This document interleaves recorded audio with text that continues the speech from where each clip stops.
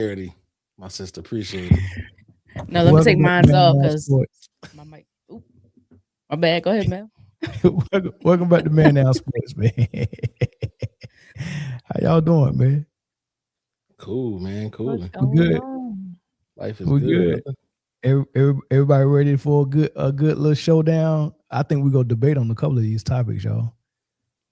This KD topic gonna be spicy. No, you don't think? You don't think so? Who are you talking to? Yeah, I'm talking to Bree. She said I don't know. I didn't She say made that. a noise. Oh, what you say? You said I was like, like spicy, so spicy, make your nose drip snot. Yeah. Bro. Yeah. So what? Make your nose drip snot. What's wrong with that? That's nasty. Oh, it happens though. It happens though. You know what I mean? I mean, it don't happen out here in Cali though. It's just it just never gets that cold. But you know, I don't know the way you look right now. Look cold. Look a little sick. No, that's just because I'm cold. That's all. You know what I mean? I'm cold. Like, A beanie on in 80-degree weather. Take that beanie off. That's too funny, man. It was breezy up there. It was nice little. It was straight. It was like 68 degrees. Chris was just at my house 5 hours ago, y'all. He I took him for a spin on my e-bike. You know what I mean? That shit funny as hell. I ain't gonna lie. I left him in the dust, so fun, bro. I was like, Chris, why are you going so slow? I was like, man, I think I might have been 3 miles in front of him, dog. I'm like, come on, Chris, are you scared of speed? He was not no 3 miles. Second of all, I'm trying to tell this motherfucker how physics work. He's 200 pounds lighter than me. I'm weighing that bike down. It ain't moving. How my 22 miles an hour is different from his 22 miles an hour. Oh, so college girls, can y'all tell him how physics work and how weight actually makes it go faster? yeah. Technically, that is how. Yeah, it was this video that they put up, and it was two teams that went against each other, and one team decided to put the lightest person, and the other team decided to do the heaviest, and it was the heavier one that won. They lied. Y'all got fooled. Y'all got tricked. Just admit it, man. You scared of speed, dog. That's what brother. I was holding it down, and it was on the highest level. That's where it was. That's what it was doing. Maybe because it wasn't fully charged. It wasn't giving up. You was just slow, man. You got to pedal a little bit with it too. You got to pedal with it, just a little bit, so you can get the full. If you want to reach 25 miles per hour on the bike, you didn't say that. See, Chris, like that defeats the purpose. Tell me that. No, and the e-bike was cool. Like I got on it, man. That shit was fun. I got to get back to but it'd be a cool way to get back into bike riding for sure. And the fact that it gets up to like 25, 30 miles an hour at max speed, I could zip around the neighborhood. I can go run errands that's close by without getting in the car. Because the way gas prices is. Oh yeah, don't even speak about that. I just put 120 in the hoopty. Yeah, I ain't never done that. That was with a quarter tank still left to go. That was to fill up 3/4 tanks was $120. Yeah, I ain't done that in years, big dog. Yeah, no. Yeah, it's been a while. All right, man. We got a good show for y'all though, man. We got to get into these topics, man. We will probably maybe take a couple of phone calls tonight. We don't know yet. It just depends on how y'all feeling in the comment section, man. Let's see if we open the phone lines up. But man, we're trying to talk about everything, man. We gotta definitely talk about this Luka situation and the Lakers. I think we'll start with the Lakers and Thunder last night, but then we got to get into Luka. The Lakers showed up. The Lakers showed up last night. Well, I mean, was that just some random niggas in Lakers jerseys? It was definitely 15 ghosts in Lakers jerseys. they 14 and Bronny. 14 and Bronny. Yeah. Definitely the aliens came and took their skills like Space Jam. That's definitely what happened, man. They got destroyed last night, man. But Luka, the MRI came out and they saying he's gonna miss the rest of the regular season. So he needed one game to reach that 65 game threshold. So we got to talk about that and stuff, man. And Isaiah Thomas is insane, talking about Kevin Durant could have won 6 rings, and Jaden Ivey is I don't know what Jaden Ivey doing, man. So we got a lot we got to discuss, man. But I want to start with that ain't what I want to start. I want to start with the Lakers game first, y'all. They got beat by 43 points. And Luka got hurt. Reeves got hurt. LeBron barely was scoring. SGA couldn't be stopped. Nobody could stay in front of him. There was no adjustment that JJ Redick did that helped. The Thunder couldn't miss. Like everything was working. They out rebounding them. Everything. They just out everything down. Out coached them. All of that. And the Lakers was on a little streak, and everybody thought they was gonna make some type of run in the playoffs and stuff like that. My question for y'all though, after seeing the results of that game, a 43-point blowout, what did you learn about both teams? And you know, or was it just, you know, a fluke game? What y'all think? Well, we know it's not a fluke. We know that OKC is a well-built and well-tooled machine. They can do that to anybody in the league. Maybe not San Antonio, but 28 other teams. And that can happen any night. I think that more so told the story about the Lakers than it did OKC. I think that this version of the Lakers is the exact version of the Lakers we're gonna get in the playoffs. Against who? Like in the first round, like if they see Houston, you think they get Cancun. You know what? I think if Steven Adams didn't go down with injury, because what Houston was doing with Steven Adams and Sengun in the lineup was just out rebounding everybody. The offensive rebounds they was getting was just out of this world. They lose that a little bit with just Clint Capella. He rebounds well too, but he wasn't like Steven Adams, man. You can't move that dude down low. You know what I mean? So I think the advantages that Houston would have had over the Lakers, I don't think they got that advantage. Plus, you know, it's just something about Luka and LeBron that just got some type of mental edge over them boys, over KD and Houston. Like, you know, KD don't seem to be able to just overcome stuff like that. You know, ever since the Boston series, it's just like, you know, Kevin Durant is kind of rattled a little bit too easy in the playoffs. You know what I mean? So I think the Lakers would have a little edge over Houston. I would bet on the Lakers in the first round if they play Houston. Well, obviously not now without Luka though. But I don't know. What did y'all learn, Britne and Bree? I mean, for me, I'm looking at the stats because I didn't really see the game, to be honest with you. But as far as it being a fluke game, I don't think so. I know Luka went down. He played at least 20 something minutes before he went down. Yeah, he went down at the beginning of the third quarter. So they were outscored by 20 points in the first quarter, plus 8 in the second, and then plus 14 in the third. I don't know exactly when Luka went down, but that tells me right there, OKC is just a way better team. I know it's the first half, and I try not to look at the first half. So like, oh, this is what's going to happen throughout the rest of the game, because we've seen time and time again in the second half of games, team come back. They always go on a run, especially in today's NBA. But OKC is just a different animal. They're just a different animal. And then when you go along, it tells the story of total rebounds. Like, you got 50 rebounds to 38. That's ridiculous. That's, to me, is effort, hustle and effort. So I just think OKC is just a much stronger team all around. Even if Luka is healthy, even if Austin Reeves, you said Austin Reeves went down as well, right? Is healthy. Well, he stayed in the game, but he was laboring most of the first half. Like, he had done something to his back.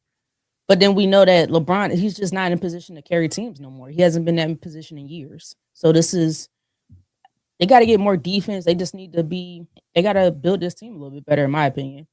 Speaking of LeBron, though, you know what actually worked when LeBron went in the post, and that was the only time they had a mismatch that they could kind of dictate when LeBron went in the post. But since it's not his team no more and it's Luka's, they was running what Luka wanted to run. And that's what OKC was exploiting, and that's what they was ready for, because they were pressuring Luka the full court. And whether it's Casey Wallace lead the league in steals, and he don't even start most of the games he play. So that show you how good of a defender he is. He ripped Bronny 4 times in a row when Bronny got in the game. Like they put Bronny in at the 4th, and some of the starters were still in for OKC, and Bronny was bringing the ball up court. The first play was he pressured him, and then as soon as he got to half court, he picked his dribble up and threw a bad pass that was a steal. And then after that, Case and Wallace ripped him 3 times in a row. 3 times in a row, dog. I was like, but that's what they was doing to Luka. They was pressuring him the full court. By the time he got past half court, he was already, done worked very hard to get up the court. And then by that time, now he's calling the screen. They're trying to get into that offense, and it was just disruptive. I mean, they did a good job of disrupting everything, and they did that even when Austin Reeves brought the ball up. Nobody who brought the ball up, they was getting pressure, and that's the difference between OKC and some other guys, some other teams. So, that was crazy. Did you see how they was doing that, Bree, or no? Well, one of the things I wanted to hone in on what you said there is the fact that with Luka, without Luka, the Lakers are pretty much one-dimensional when it comes to their offense. And so what OKC brings to the table is they have so much versatility. They can get you in so many different areas of the court, and it's really difficult to guard and prepare for that type of team. But I can imagine for other teams preparing for the Lakers, it's like prepare for Luka, maybe Austin, maybe LeBron, and even preparing for those guys, they're going to bring the same type of offensive set that they're cut like within their limits. They do what they do really well, but to match up against a versatile team that has an extreme amount of depth on both ends of the court, like OKC, it's really tough. And what I love about OKC the most is that defense that they run. And it doesn't matter. It doesn't have to be Alex Caruso in there. I love the defense where they have that mismatch and they'll put Alex Caruso on the 4 or even the 5. And then they'll have like one of the point guards or guards like a AJ Mitchell on the other end to help rotate. And they just have perfected it. And I think it's formidable against any matchup across the league. And so I really enjoy that, because whoever came up with that on their team should definitely get a raise. That's for sure, man. Shout out to my guy Nathaniel. I always see him in the comment section on the playbacks. I never seen him on a live, man, but so shout out to him. He said we got the most logical channel on YouTube. He said respect. Some people are just flat out stupid, man. I appreciate you, Nathaniel. Yeah, thanks, logical. Nathan. Where the logic coming from? Is it coming from Britne and Bree, or is it coming from me and Chris? I think it's coming from me and Chris. I don't know. Why you just make this a low-key gender war? Literally took the words out of my mouth. Why would you do that? The gender war is crazy. Y'all know I like stirring the pot, man. Yeah. Y'all know I like stirring the pot. What's up? My girl from Mississippi. Was it Mississippi or Alabama? I think it's Alabama. Chauvin. What's up, girl? Chauvin in the house, man.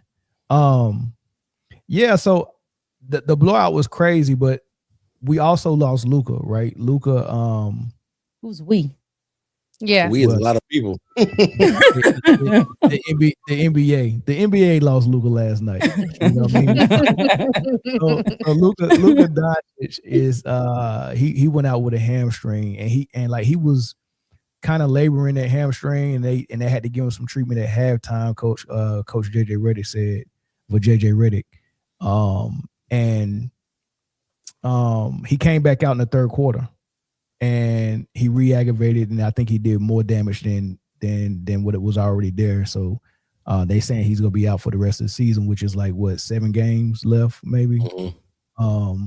So he's gonna miss the rest of that. And he said anything beyond that, as far as the playoffs, is up in the air. Like they don't know. So luckily they get a week. They get a week for the play-in. It might not be enough for a hamstring though. You see how it's been bothering J-Up. He came back from the hamstring and had to go back out. You know what I mean? It's just they also been holding Hartenstein out too a little bit there as well. I mean those things are tricky, man. And his agent, he didn't like it at all, right? And I'm pretty sure, agents, if people got these things in their contract, if they reach certain thresholds and first team this, first team that, they get incentives, and that mean more money for the agents. But because Cade Cunningham agent did the same thing, spoke up for his guy. But Billy Duffy, he said this season Luka Doncic has performed at a historic level.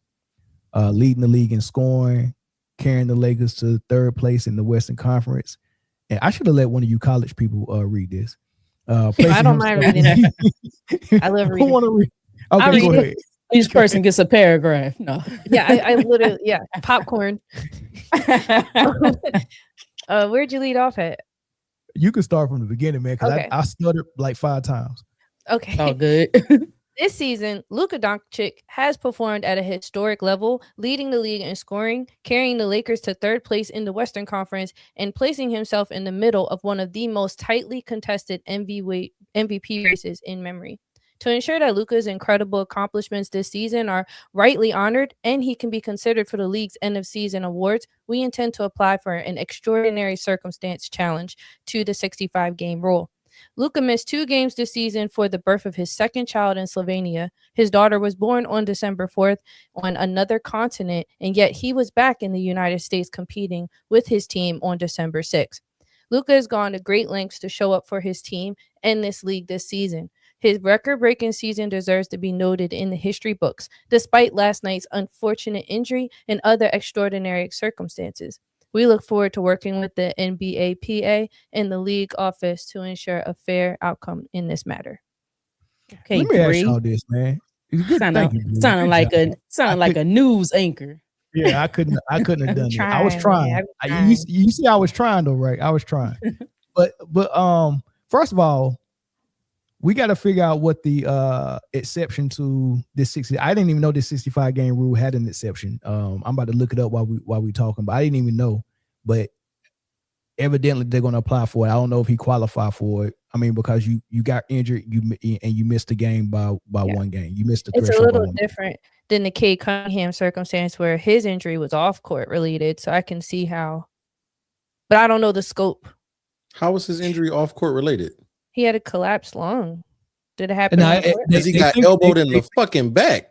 Yeah, they think it happened on the court. They're not sure though. But it was a play. Yeah, it was a play. He got elbowed in the back and he kind of went out. But I think he played a couple of more plays and then went back out and then went to the locker room. But they think, but no one confirmed that it happened on that play. But they think it happened on that play. That's what I'm saying. Some people were saying it was because of COVID, the COVID shots.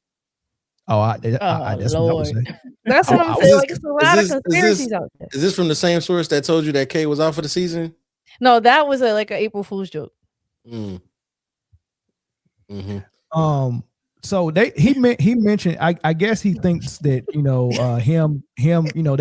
They go get some type of sympathy. Don't play with K, yo. Don't play with Chris and K. Yo, Chris really Chris don't play. Don't play with Cade. I've been sending him Pistons content all week. Like, I was being nice. So it looks like he's eligible, y'all. So they're saying, I think because it's just those 2 games that he like. If he doesn't miss those 2 games for the birth of his child, he hits 65. They're not trying to do the injury. They're just doing the 2 days, and that'll put him over the 65-day game threshold. Well, this is what it's saying online. They're saying that a player who plays at least 62 games, but not 65, and then suffers a season-ending injury that prevents them from returning by May 31st can still be eligible. May 31st is, I guess he qualifies. Right. So if he applies for it, then how many games did Cade play? I don't know. Okay, so Cade was at 61 when he got hurt. I think he had 12 games that he missed altogether. So he was at 60. He was at 61 games played, and there were like 12 or 14 games left in the season or something like that. But with them saying that he's gonna miss another week, they officially have ruled him ineligible for the awards. Yeah. So that exception because there's only 5 games left. Yeah, that's tough. So it's definitely interesting how agents operate, because it was the NBPA that kind of was the one that spoke up about the Cade thing. We didn't hear from Cade's agent, so it's interesting to hear that Luka's agent. His agent said something too. Yeah, his agent said something too. Yeah, they both released statements. Yeah, he was. They both was pissed. As of right now, the list of players ineligible for postseason awards. Anthony Edwards, Cade Cunningham, Luka if he doesn't get this waiver, Giannis, LeBron, Steph, Embiid, Anthony Davis, Ja Morant, Jimmy Butler, Jalen Williams, Austin Reeves. The people crazy. that's on the edge are like if they miss one more game, they'll be out. Is Jokic, Denny Advia from the Blazers, Devin Booker, Kawhi Leonard, Wembanyama, Evan Mobley. They got Shai Gilgeous on this list just because he's missed 11 games. They got Cooper Flag on here because he's missed 12. But yeah, Evan Mobley has 15 games missed. He can only miss 2 more or 1 more, I think. And then if he misses 2 more, then he'll be ineligible. Victor, Kawhi, Devin Booker, Denny Avia, and Nikola Jokic are all at 16 games missed. So this is what I say about, because there's a lot of people that are saying the NBA needs to do something about this because people that deserve to be first, second, or third team All NBA is gonna mess their legacy up if they don't make it, and they think that the guys that are going to be named All NBA is like not deserving. And I don't think that's true, because even though we only have 3 All NBA teams, which is 15 guys, I think you can make the argument that there's about 20 to 22 guys that deserve All NBA almost every year. Right. So the guys that, like, let's say Luka, Cade, and Anthony Edwards, there's 3 guys that probably are deserving that won't get it. Who else are we missing? Tyrese Maxey, is he out as well? I didn't see his name as ineligible. Okay, so those 3 guys we know. Yeah, those 3 guys. Austin Reeves was having a good season. He might have been in line for a second or third team. Nah, hell no. Austin Reeves not getting second or third team All NBA? No, not even close. I don't know. Jalen Williams, he's not going to get any All NBA honors. He probably would have, yeah. Anthony Davis is not going to get any All NBA honors. I mean, but yeah, that's Anthony Edwards is not getting any All NBA honors. Yeah, but those 3 guys, Edwards, Cade, and Luka, are for sure was going to be All first NBA talent. Yeah. So there's 3 guys off of it, but that means there's going to be somebody like Kawhi who get in, who deserves it. Somebody like maybe Jalen Johnson who deserves it. KD who deserves it. So it's going to be deserving guys that get the All NBA in their replacement. Well, KD just like probably going to make second team anyway. Yeah, but just like when an All-Star get hurt and can't play and they name another All-Star, he's deserving as well. You know what I'm saying? So it's not watering anything down. I think it's just life. I think that's just what happens. And then I always worry about making exceptions to rules, because it just, those case by case scenarios, then it just creates further tension down the line. If someone weren't to get granted and then someone were to get granted, I think it just creates further conflict and division in the culture. So yeah, the rules should never been put in. And I'm just anyway. I'm looking at the because it says the 65 game rule, and I was wondering if because I was thinking about it for Luka, Cade, and if they could just suit up, be named the starter, play the opening tip, and get subbed out, would that qualify? And it was you gotta play 20 minutes. They gotta play 20 minutes. Mm-hmm. So you know what makes me mad too, though? I'm starting to think about it. It's a committee that decides all these guys and who gets it. So why not regulate them as opposed to trying to regulate the league with this rule?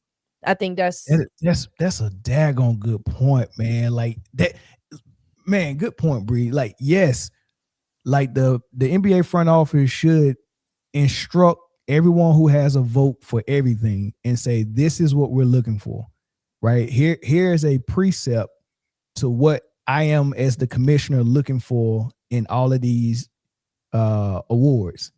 And this is what I want you to prioritize, right? So if he put games played on that list, he don't have to put a number of 65 games. It's just like, okay, if I got 2 guys that I can't decide and I need a tiebreaker and one played 70 games and the other one played 60, I'm probably gonna go with the guy that played the most games. Like it's not that hard. You can just put the stipulations out there, and the reason why I think they don't do that is because the confusion causes so much conversation. Like we talk about debates all the time, and if it was too clear, then it wouldn't be a lot of debate to go on. I think they like that confusion. It's not hard it's not hard. I mean, we did it in the Navy. You know, when we're selecting chiefs, it's a selection board to select people for the next rank or for somebody that's going to get selected for chief. It's a selection board, but it's precepts that come out every year, and the chief of naval operations tell us exactly what it is he's looking for in a chief, and you know that's what you must select them by. You know, so they should do that for these awards too. But they want the confusion, though, Bree. That's what it is.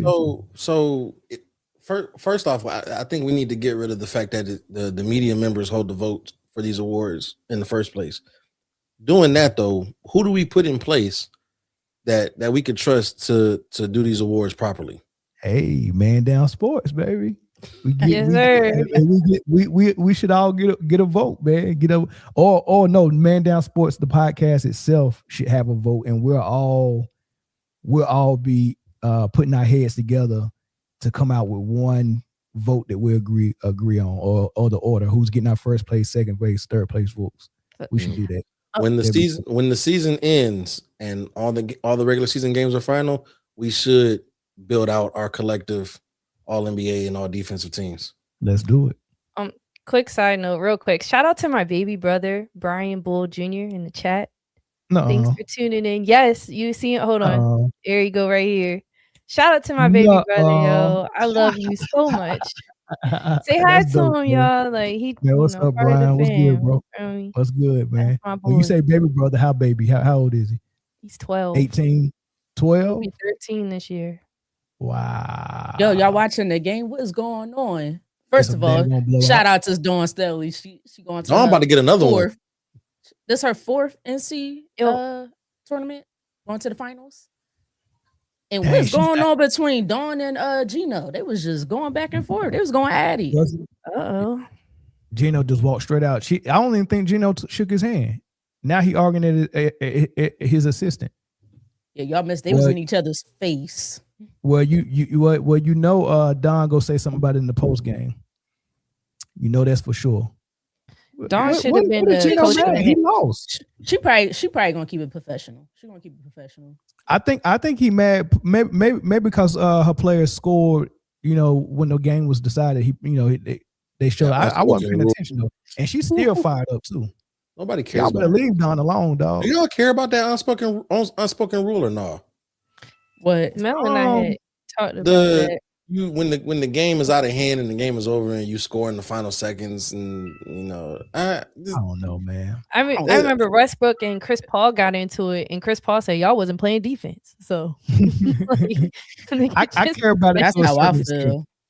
This how I care about it. I care about it to the extent where if you did it to me, I would be pissed off enough to take it out on you next time I play you, as far as how hard I'm gonna go at you. You know what I'm saying? I'm gonna keep it on the court though. But I'm not gonna be pissed off enough for me to go over there and try to push you and fight you. I'm not doing that. Yeah. Yo, can we? I know this. We don't talk too much about college, y'all, but it's not really a rivalry. But South Carolina and UConn, the last so many years, is going back and forth. That's crazy. I love it. Yeah, Gino just mad, man. I don't. Oh no, he mad. Yeah, you got to chill, Gino. You know what I'm saying? You can get mad at everybody else, but not Don. You can't get mad at Don, man. They just won last year. So South Carolina got their get back after UConn got their get back last year. I don't know. Texas look crazy. They got to see Texas. That's gonna be a game. We'll see. Their game next, right?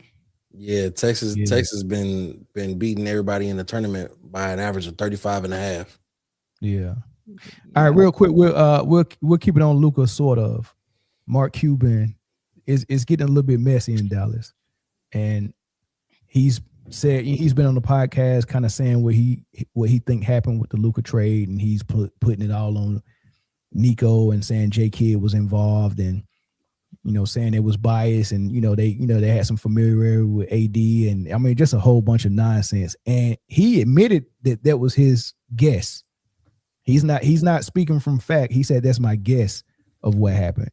And Jason Kidd is trying to, he tried to take the high road and kind of brush it off, but then he had to come back and make a comment about it, man. So I'm gonna play what Mark Cuban said, and I'm gonna play what Jason Kidd said, and get y'all thoughts. I got a text from a then general manager, and he said call, and I thought he was asking me what I thought about a potential trade for Luka. He was like, "No, Mark, it's done." I was like, "Oh my God!" And I hung up and I called the new owner, and he started telling me stuff that wasn't true that he had been told as the reason why he approved it. And I'm like, "That's not true. This is a mistake." So who wanted him out?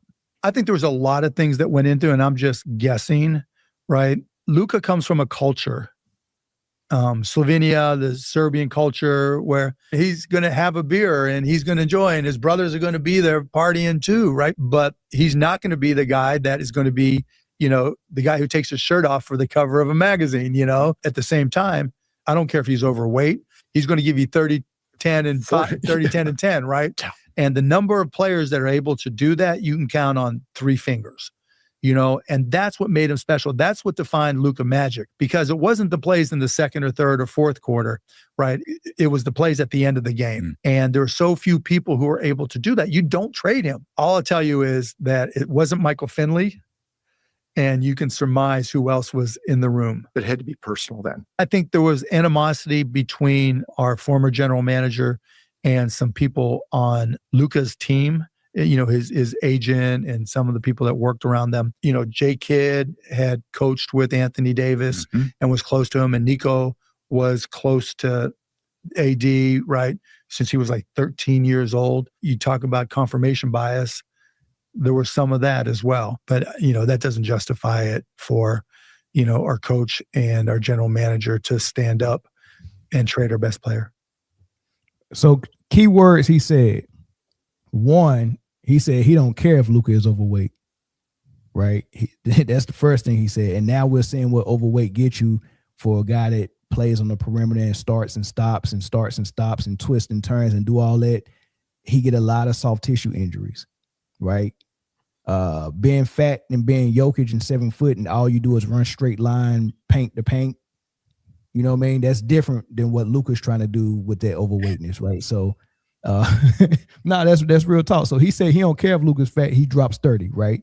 Then he said between Kidd, AD, and Nico, there was confirmation bias, and he's accusing them of having some animosity with Luka's camp, and that's why the trade went down.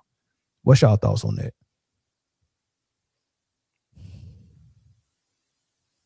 I think this is unnecessary.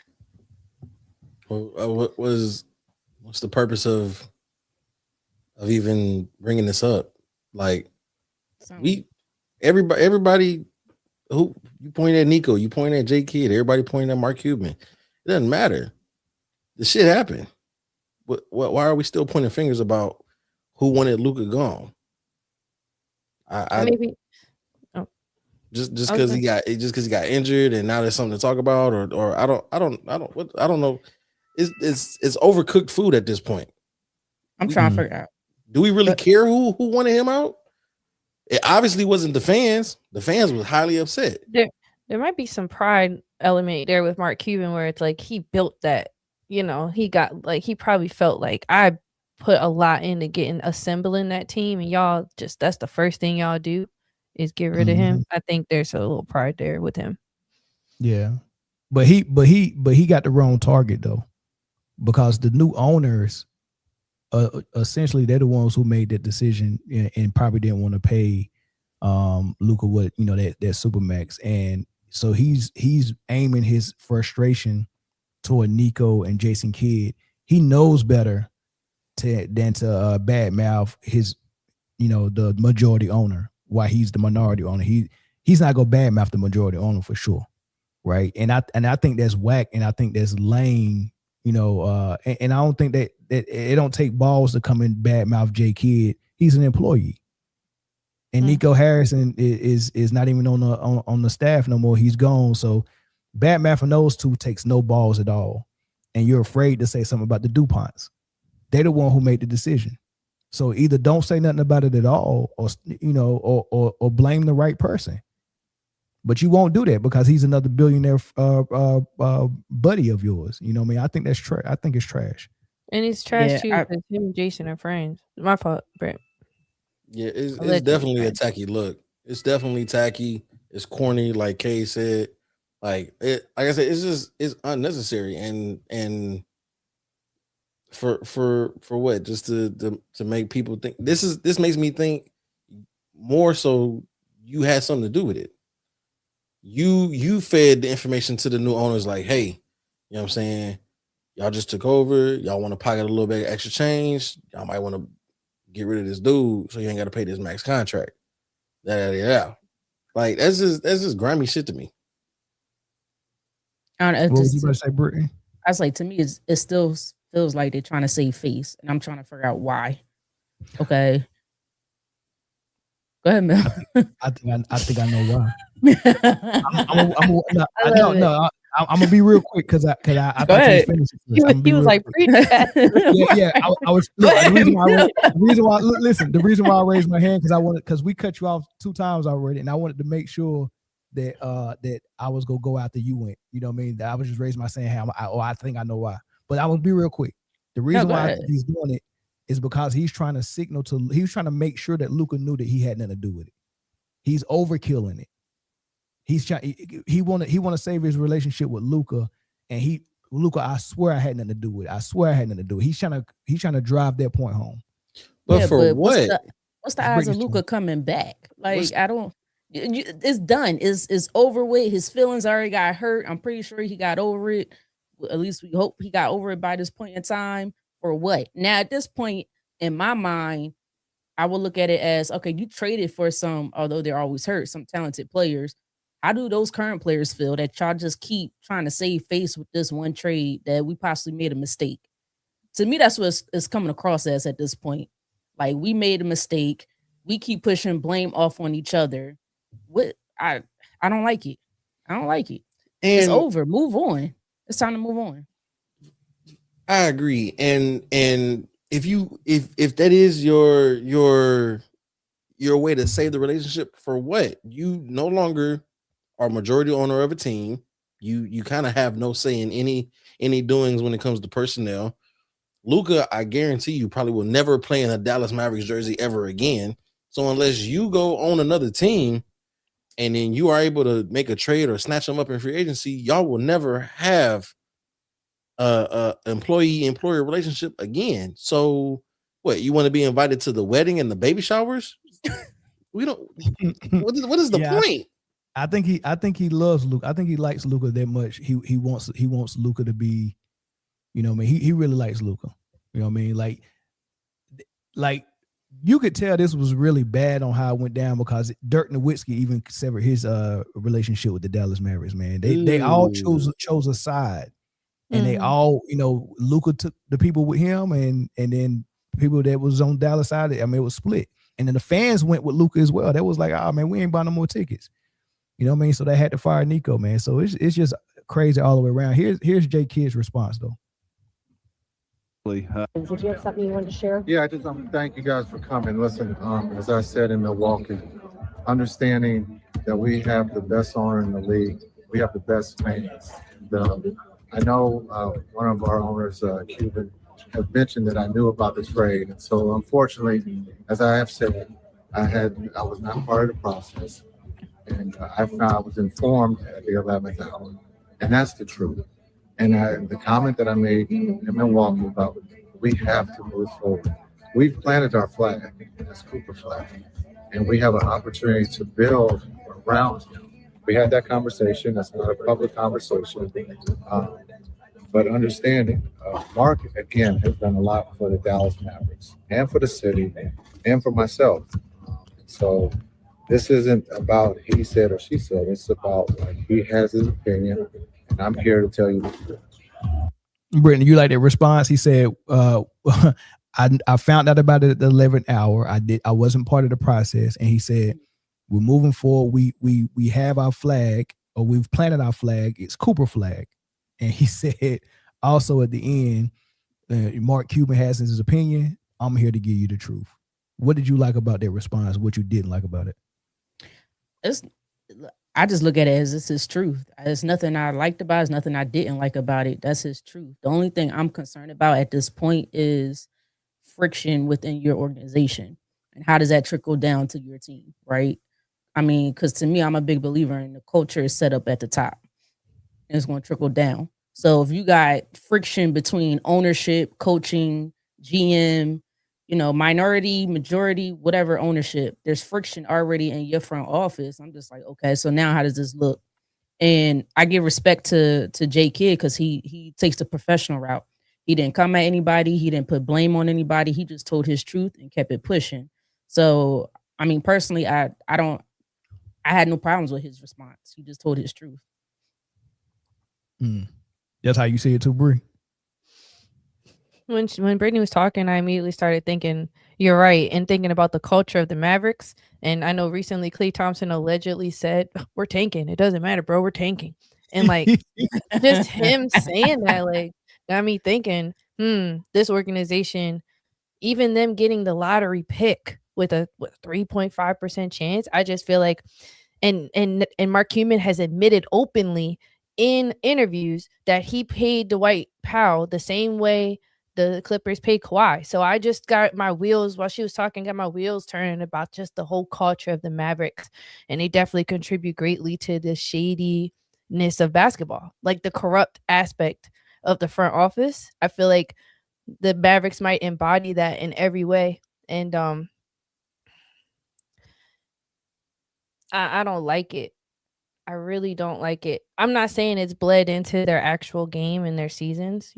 We can discuss, what that's looked like over the years, but behind the scenes, the players might be immune to it at this point because they know it's always probably going to be shady. Yeah. You know what I do like though? They play tough. They play hard. And Cooper Flag is a good person to lead them. He plays rough and play hard. And I wanted the AD thing to work so bad because the thought of AD healthy, Cooper Flag and Kyrie is a little bit scary, right? If they all are healthy. But as long as AD is there, I don't think Cooper Flag will ever be their leader per se. And I think when they decided to trade AD, it was because they was like, yeah, we need to just go all in on Cooper Flag and just have him and Kyrie, what I mean, because the thing about AD showing up out of shape, he showed up the training camp out of shape and fat. And that was the first time I seen AD fat. And I was like, man, what the hell is AD doing? And then he stayed hurt. And was like, that's the reason. If we go get on Luka for being out of shape and fat and say that that's the reason why he's having soft tissue issues all the time and those type of injuries, we got to call AD out for it as well. And it probably was a good idea that they traded him to not have, like a dark cloud over their locker room. You know what I mean? Because I think that was a bad look for that leader to do that. And I didn't like the trade at first, but now I'm looking at it. The season's done and all that stuff. All right, man, you go get probably a first-round draft pick this year, and you getting Kyrie Irving back, and you still got some good pieces. Middleton is there. He might resign. You got a shooter in Clay. Timu Kobe. They got Max Christie. Yeah, Max Christie, Timu Kobe. Yeah, I like what they got moving forward for sure. And then if J Kidd is still there, then that's dope. That's my big. Go ahead, Brie. No, go ahead. I mean, I've been talking. I was going to say to the point of the draft real quick, because it's a little off topic. The point of the draft, though, getting the first round pick, is that already secured for them? And if they do implement these new tanking policies, do you think it's going to be retroactive or it's going to just happen? No, I don't think it'd be retroactive. No, the lottery doesn't happen until after the completion of the whole season, so we don't know. We don't know where the picks land right now. We won't know that until maybe a week, 2 weeks after the finals. Yeah. So. Super Chat came in. Appreciate you. He said, where is this miracle place where black people can tell their white bosses what to do? Nico and Kidd made the owners trade Luka, right? They Kidd black. We shout out the new member too. There's a new member earlier. I'm not shouting him out. That was my boy Bird, man. This is Bird. Hey, Bird. He should have been a new member anyway. He should have been a member. I'm gonna tell you how lame Bird is. Shout out to Bird for being a new member. Thank you, my brother, and thank you for your $99. Not $99, your 99-cent super chat, brother. Thank you. I really appreciate that. That's that best friend energy right there. Now, I had a quick question about J Kidd, because Mel, you said if he's still there, do you think with all this back and forth that if it continues, let's hope it doesn't continue. I mean, the season is almost over. Let's hope, they can sit down, have a conversation, get a fresh start. Do you think it could aggravate J Kidd enough to be like, you know what, I don't want to deal with this no more? And how does that impact the players? He loved his job. He loved that job, and he loved Cooper Flag. All right. Because I feel like they play hard for J Kidd. Yeah, they do. They do for sure.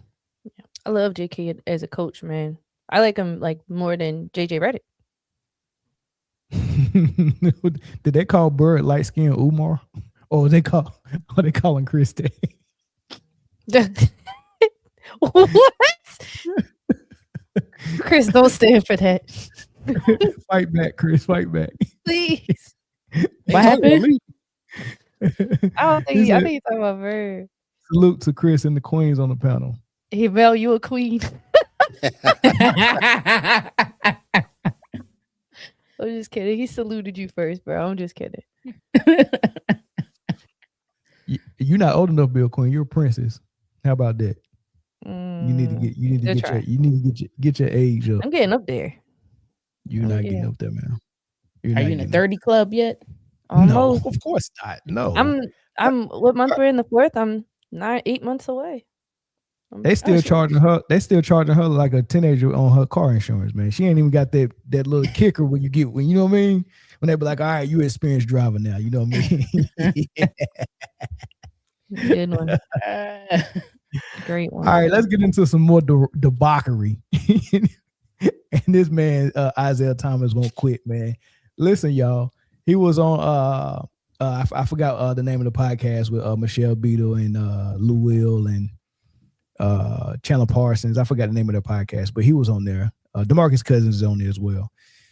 But Isaiah is on this mission, like some other people that work for Clutch Sports, Rich Paul, and every time they get a chance, they just want to throw something out there that can kind of undermine Michael Jordan's status as the greatest of all time, right? So this time Zeke told them if Kevin Durant would replace Michael Jordan on that Bulls team, he would also have 6 championships.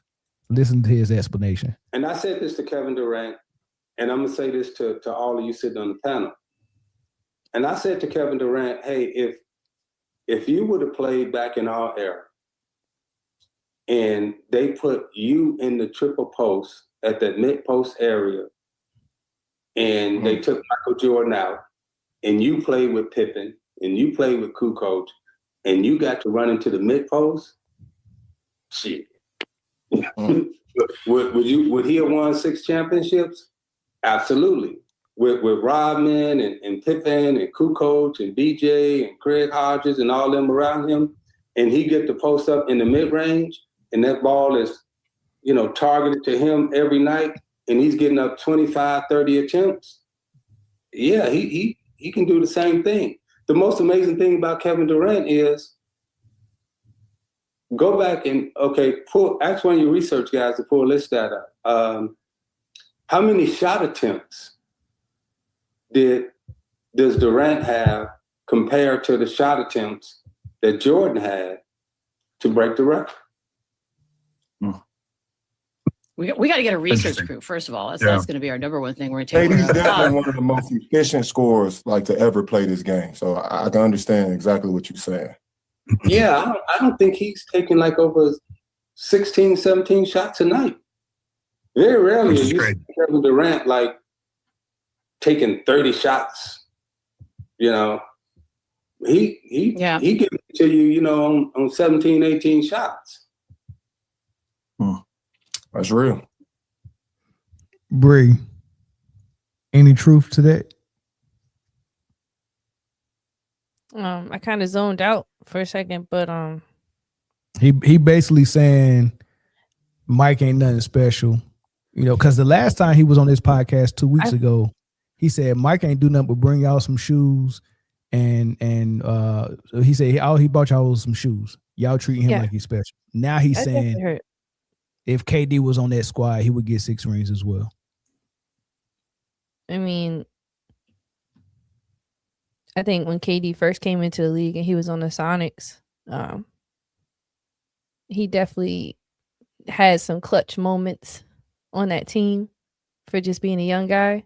And I've heard that take before about Michael Jordan. It was more so his team than him. Mm-hmm. I don't know, because KD, a lot of people, they said they're about SGA now.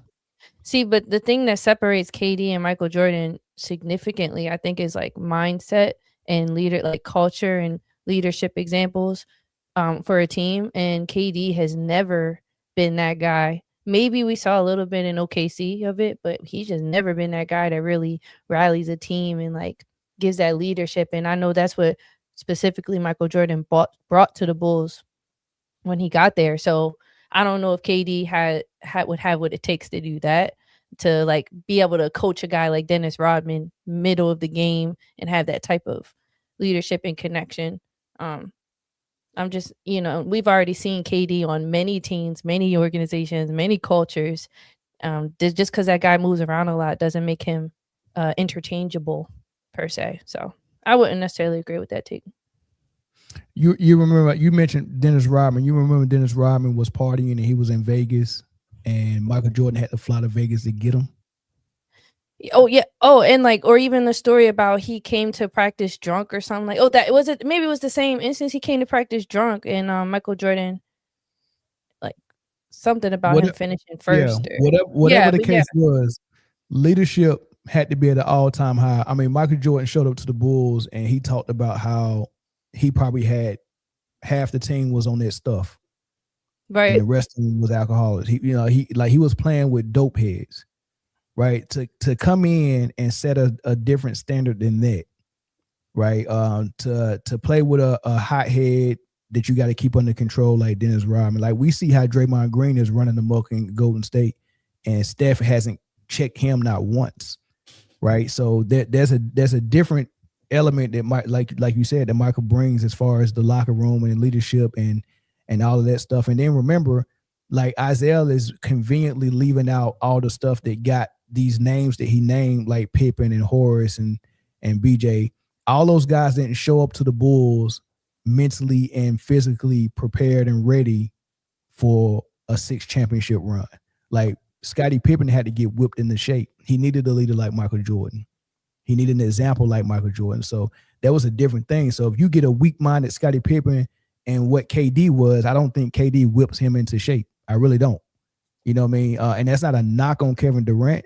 That's just saying that they're different, because Kevin Durant with Brooklyn, he had them on a trajectory where they was going to win a championship. He was locked in.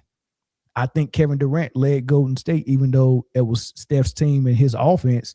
Kevin Durant was the dude on that, and I felt like his example was very important, just as important as anybody in the locker room. So, Kevin Durant is what it is, but what Michael Jordan had to turn the Bulls into, it takes a Michael Jordan to do that. I don't think Kevin Durant was the guy for that, especially not for 2 3-peats. Ain't no way.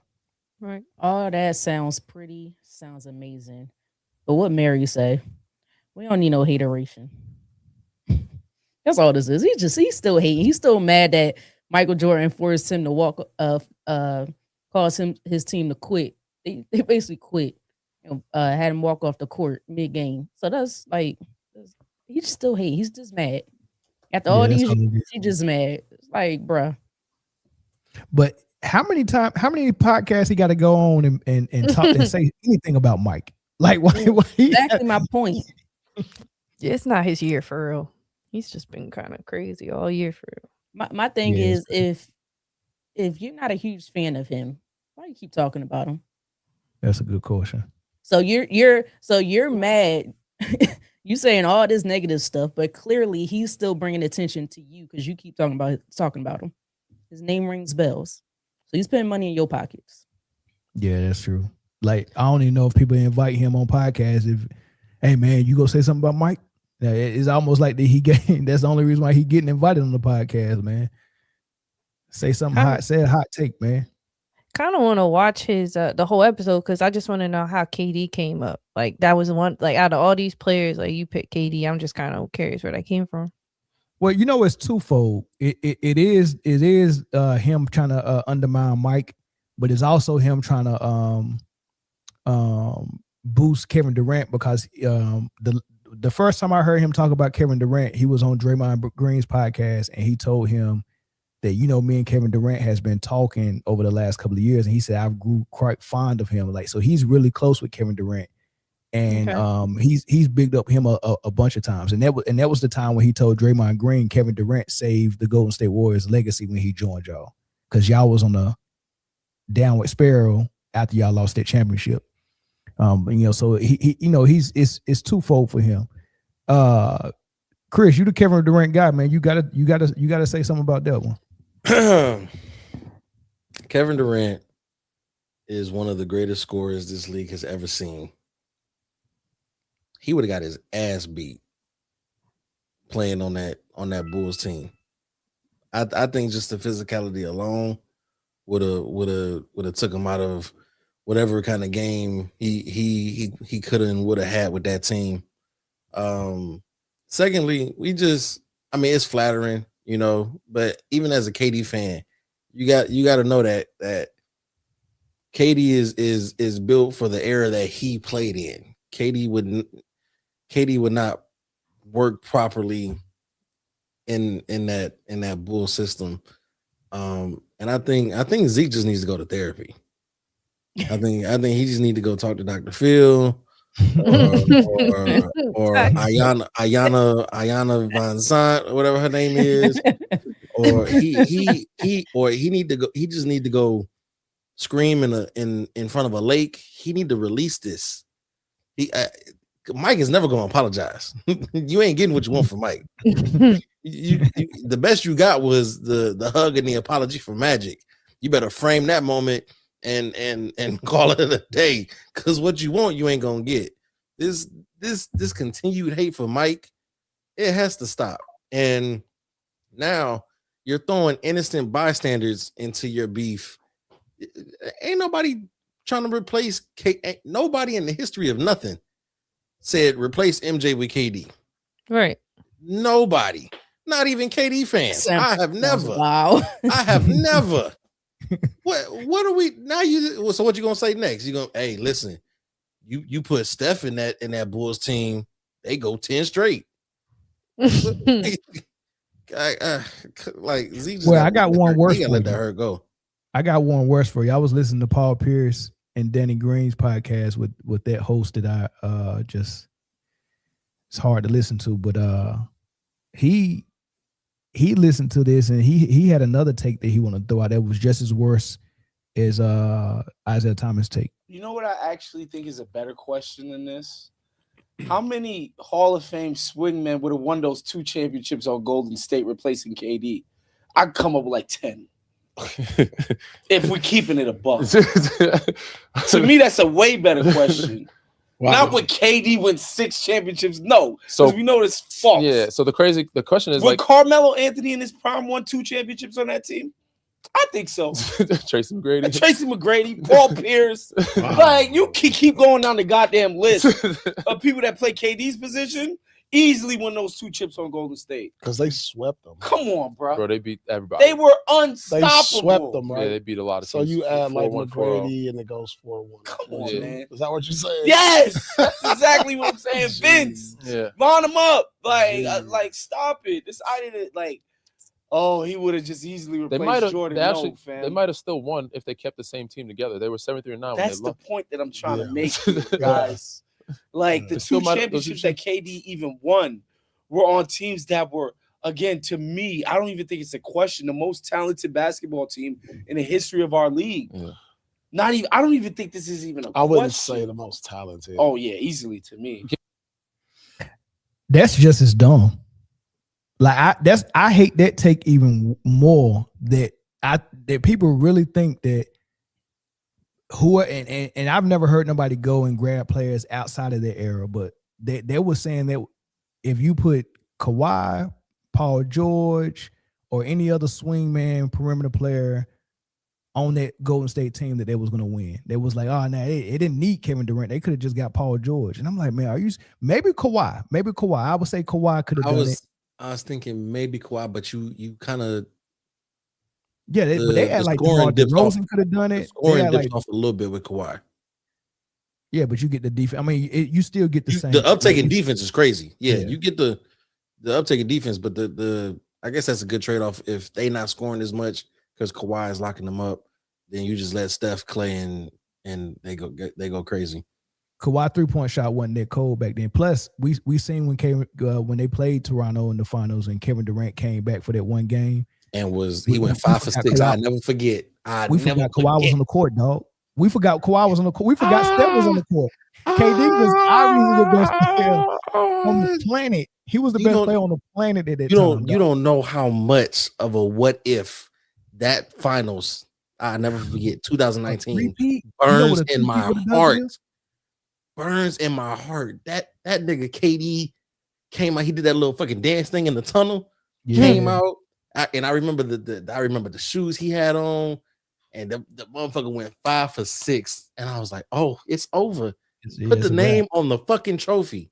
And then he grabbed his motherfucking Achilles, and I was like, I'm turning this shit off. I don't want to watch another single game. I was like, oh, that's it. It was insane. One thing that I think is interesting to see people do, and I'm not really on board with, is like basketball has evolved so much over the years. I would not. It's not to knock it to say that it's not timeless.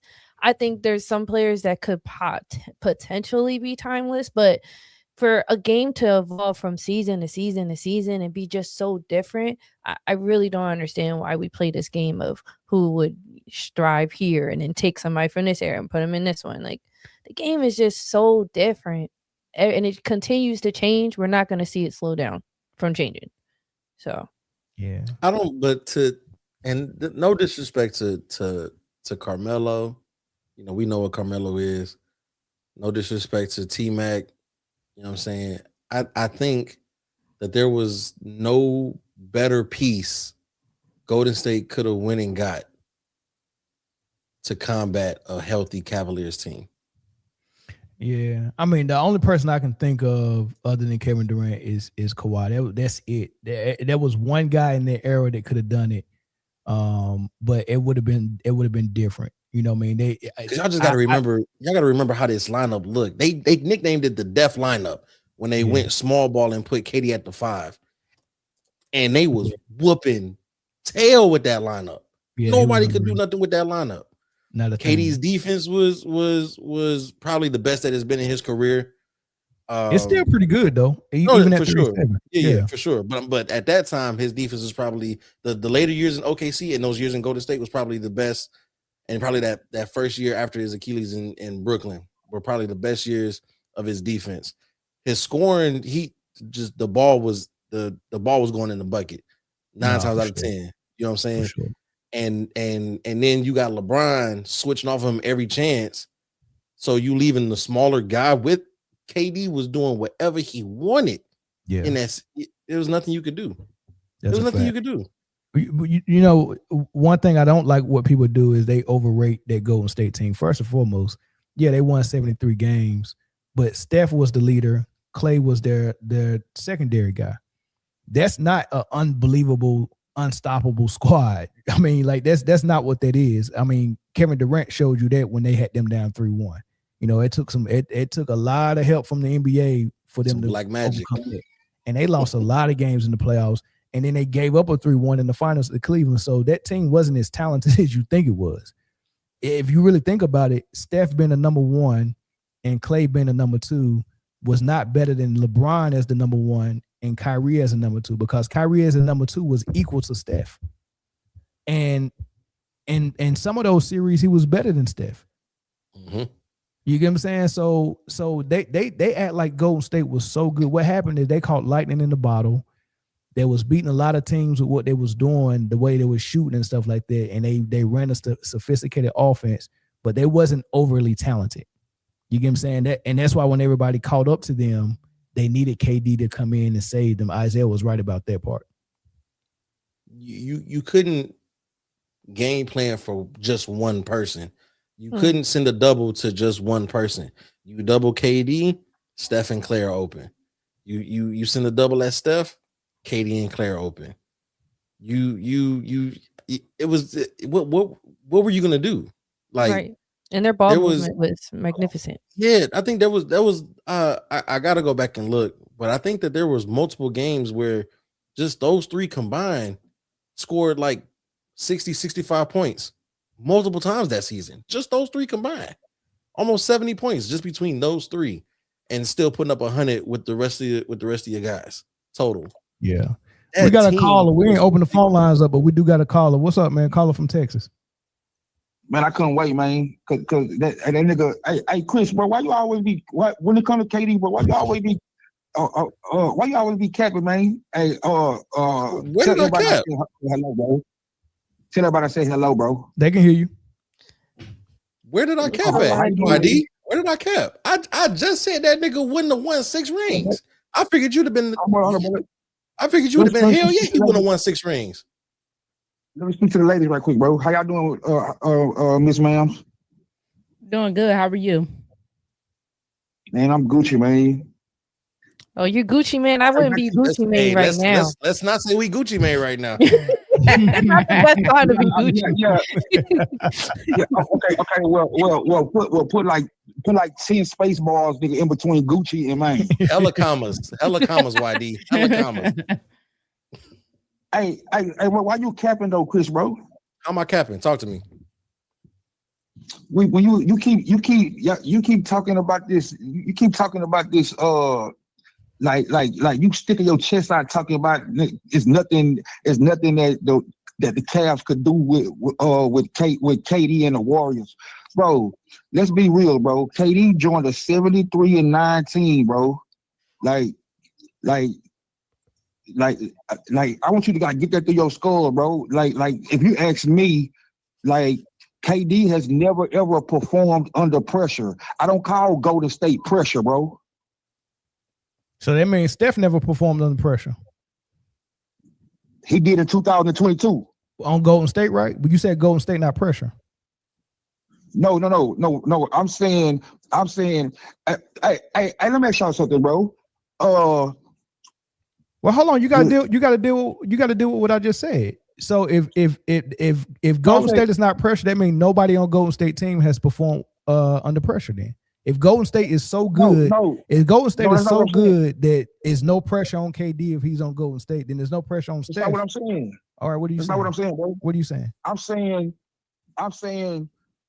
I give Steph performed under pressure in 2022 after KD left. But he was on Golden State. You said Golden State ain't no pressure. No, I'm saying it ain't no pressure for KD. He joined a 73-19. Okay, so there is no pressure for Steph then. If the team was so good, Steph was on a 73-19. So it's no pressure for Steph either. Without KD? Yeah, you said Golden State is the ultimate no pressure zone. So that means everybody that plays for Golden State has to be under the same scrutiny as KD. It's no pressure. Bro, that's not and furthermore, I seen Kevin Durant go and win a gold medal. His second best player was Jason Tatum, and he had a squad with a young, what's the dude that played number 3 for San Antonio? Can't even remember his name. Very young guy, because Popovich was the coach. They had Draymond Green and JaVale McGee and people like that. This dude went and won gold with that squad. No LeBron, no Steph. You talking about 2020? No Embiid. None of those guys that they won with just now. Yeah, in 2020. Was that Tokyo? Yeah, bro. Was that pressure? Was that pressure? Okay. No, quick question. Yes or no? Okay, all right, bet. All right, move on to the next thing. Okay, so you call pressure, I want to know. So you calling pressure when how many NBA players did the United States have? Every last one of them, right? Mm-hmm. Yeah. Okay. How many NBA players did the teams that they played have? I don't know. You gotta go look it up.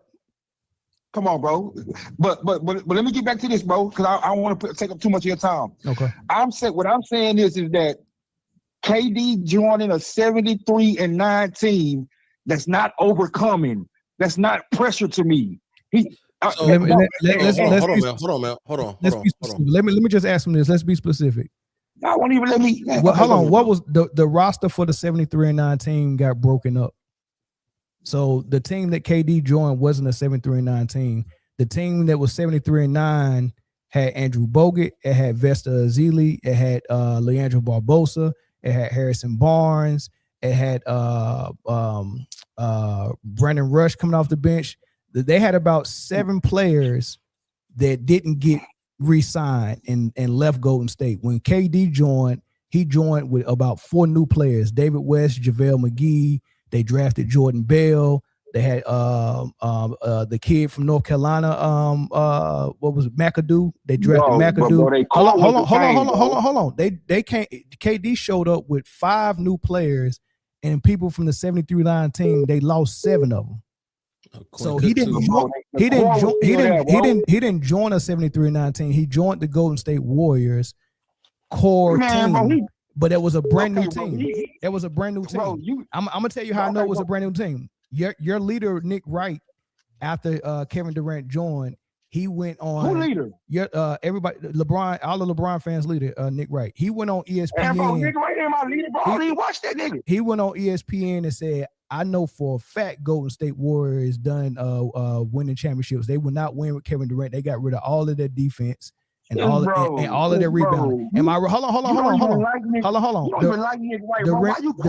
The rim protection and the rebounds for Golden State was Andrew Bogut and Vesta Azili. They lost both of them. What that mean, bro? It's a new team. It means it's a new team. It means it's a new team. It's a new team. Why you fighting so hard for this, bro? Because I like stuff to be correct. It's a new team. You can't say he joined the 73-9 team. That's not correct, bro. He joined Bro, when people say he joined the 73-9 team, bro, we're talking about the core. We're not talking about no bench, bro. The core by itself didn't win 73 games, bro. Man, big bro, we're not talking about no bench, bro. We're talking about impact players, bro. The 73 games. Harrison Barnes started. Harrison Barnes started. That's what I'm saying. Andrew Bogut started. That's 2 starters, brother. Bro, you swapping that out with KD. Okay, so you replace your rebounding and your shot blocking and a 3-and-D player with 1 player. Yes, bro. Anybody on earth would tell you, nigga, that Vesta Azili and Andrew Bogut, nigga, they don't even motherfucking add up to KD. But that was a big part of why they won. Andrew Bogut's rim protection and his rebounding. That's a big part of why they won. So lose it. The reason they won, nigga, is because LeBron didn't have his second and third best player. Everybody knows this because of Andre Iguodala. I mean, I'm confused on what he's saying. I mean, you won't let me talk. Is the 73-9 team was that serious? Hold on. Why did they lose? If the 73-9 team was that potent, why did they lose in the finals? What you mean? That boy from Akron. You know what, bro? You know what? So if Kevin Durant didn't join, then what was going to happen when they saw that boy from Akron without Kevin Durant? I don't know, but when LeBron lost in 2015, he ain't gonna get nobody else. Let me ask you a question. What was going to happen if Kevin Durant didn't join them and they saw that boy from Akron in the finals again? A healthy Cavs squad. What you asking me to make a like? Do you think they was gonna beat the Cavs without Kevin Durant? Bro, I don't know. I'm asking, do you think? I ain't say no. You know, bro. You know, I'm gonna go with Bron, bro. Okay, and that's exactly what Golden State went with as well. They said, I don't think we're gonna be able to beat. That don't mean they couldn't beat LeBron nigga without adding KD. They was in Game 7. They went down to the last second. That's what they thought. They didn't think that they could beat LeBron and the Cavs again. As a matter of fact, before they even got to LeBron and the Cavs, you got to remember they was down 3-1 to Kevin Durant and the OKC Thunder. If Kevin Durant would have stayed in OKC and just added a piece to his squad, Golden State would have been in trouble. It would have been OKC in the finals against the Cavs. The way Kevin Durant was playing, or if Kevin Durant, if Kevin Durant didn't want to play with Russ no more, he could have went to Houston. They was looking for a piece. They had money. He could have joined. So why he going to go to state? So why he wasn't going to state then? Because they called him first. That's where he decided he wanted to go play. So my point is this. My point is this, man. He could have went to Houston. Chris ass, bro. You trying to talk for Chris? Nah, I mean, I've been trying to talk. I've been trying to talk. My bad. Go ahead. I've been trying to talk. I was to answer. So I want to ask you this, YD. Right? Walk with me real quick. How good was Steph in those finals that KD was there? He was amazing. Was he? Yes. In the finals where Kevin Durant was there. Nigga, yes, bro. He had like 27, 8, and 9. On what efficiency? On what shooting percentage? Man, Steph was horrible in the finals, dog. Steph was terrible. Steph was horrible in the finals, man. I think y'all Stop it, highlight man. Steph was horrible in the Like- finals, man. Kyrie outplayed him that first game before he tore his kneecap up, and then when he came back the next year, he outplayed him He talking again. about 27. You still talking for him? Man, Steph was horrible in the finals. Listen, No, he talking about 2017 and 2018. Brian and Kyrie were both averaging ridiculous numbers in those series. I got you, Bree. Steph was terrible. Steph was terrible. If You talking anything, about in the finals? You talking about 2016? Hey, wrap it up. We go take another call, bro. no, I'm talking about 17 and 18. He was terrible. I want you to do some homework. Go look up the stats from every game in both of those finals and see what Steph did. Okay, bro. Okay, bro. I just want to say this one thing. Then I'm gonna get off y'all line, bro. Yeah, go do some homework. Because I see like real basketball talk really annoys me. but bro. Hey, answer me this favor, bro. Like in those finals, bro. I want you to do homework, bro. The Cleveland Cavaliers, bro, was doubling Steph Curry off every action, bro. They was blitzing him.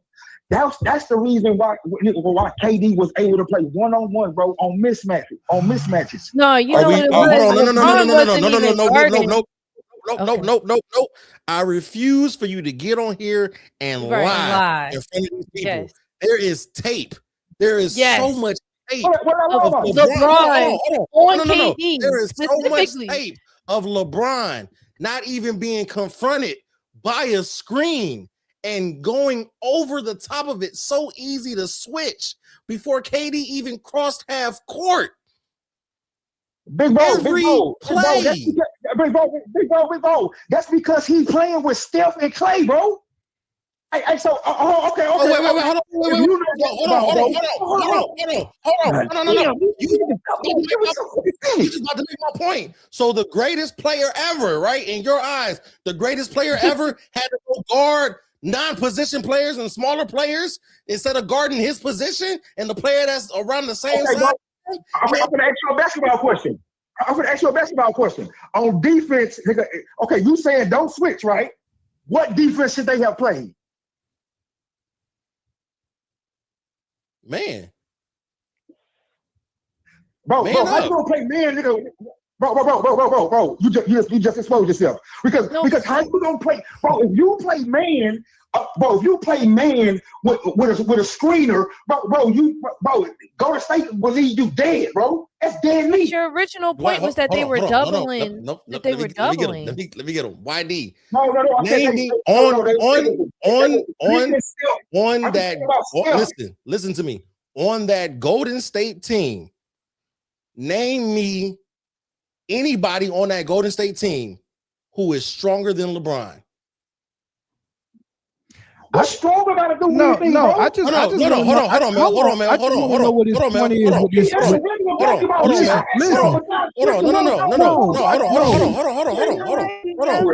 So I'm gonna go ahead and circumvent everything. I'm gonna get to my point.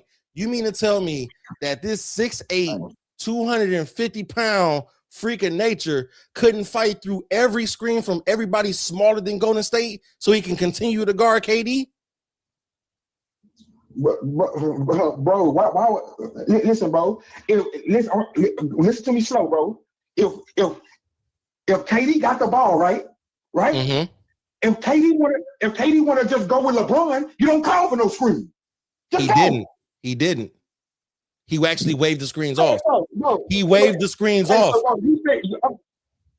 Most of that's what I'm saying, bro. Most of Golden State action, bro, is dribble handoff, bro.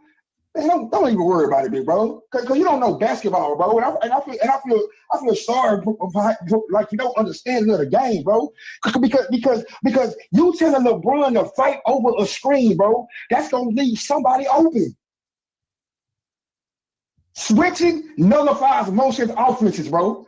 A motion offense, that's what Golden State. I'm trying to figure out what his point is, dog. That's what I'm trying to figure out. And I'm trying to figure out why Chris even arguing these straw man points he's making. Like what straw man point? Because you're trying to make the point because you're trying to make the point that Steph was drawing double teams, and you think that undermines what Kevin Durant was as a player. If Steph, I don't. What's the point? What's the point of you making that point? No, I don't. What I'm telling you is, I seen Chris beating his chest talking about could nobody deal with KD, and what I'm doing, I'm giving you context. They couldn't deal with KD. That's the point. Look at that lackluster attempt to play defense. Okay, so KD deal with LeBron. That's your goat. I mean, they lost. They got swept, bro. I'm pretty sure he was dealing with LeBron. Yeah, that's cool, bro. When KD joined the 73-19, that's cool. Look at, I'm saying, bro, y'all the same dudes that get on LeBron for going to Miami, but y'all want to champion what KD did? Who's championing anything? Bro, bro, y'all up here beating your chest talking about what. All right, I got to take another phone call, bro. All right, thank you. Appreciate it. Thanks for the call. I just want y'all to see. Just look at the amount of space between LeBron and KD when this screen from Steph, and then KD waved it off, and and you send Rodney Hood. Yeah, listen. This is deja vu. We had this same conversation with him on the phone, we showed the same exact footage, man. We got a caller from Gainesville on the phone. Who's this calling? This is Brian Bull. We have a beautiful brother. Shout out to Brian Bull, man. What you know? Hey, do you know Ball? Do you know Ball? Yeah, if you know Bull, you know Ball. What? What's poppin', man? Who your favorite player, man? So, in my opinion, all right. So right now, my favorite player got to be AD.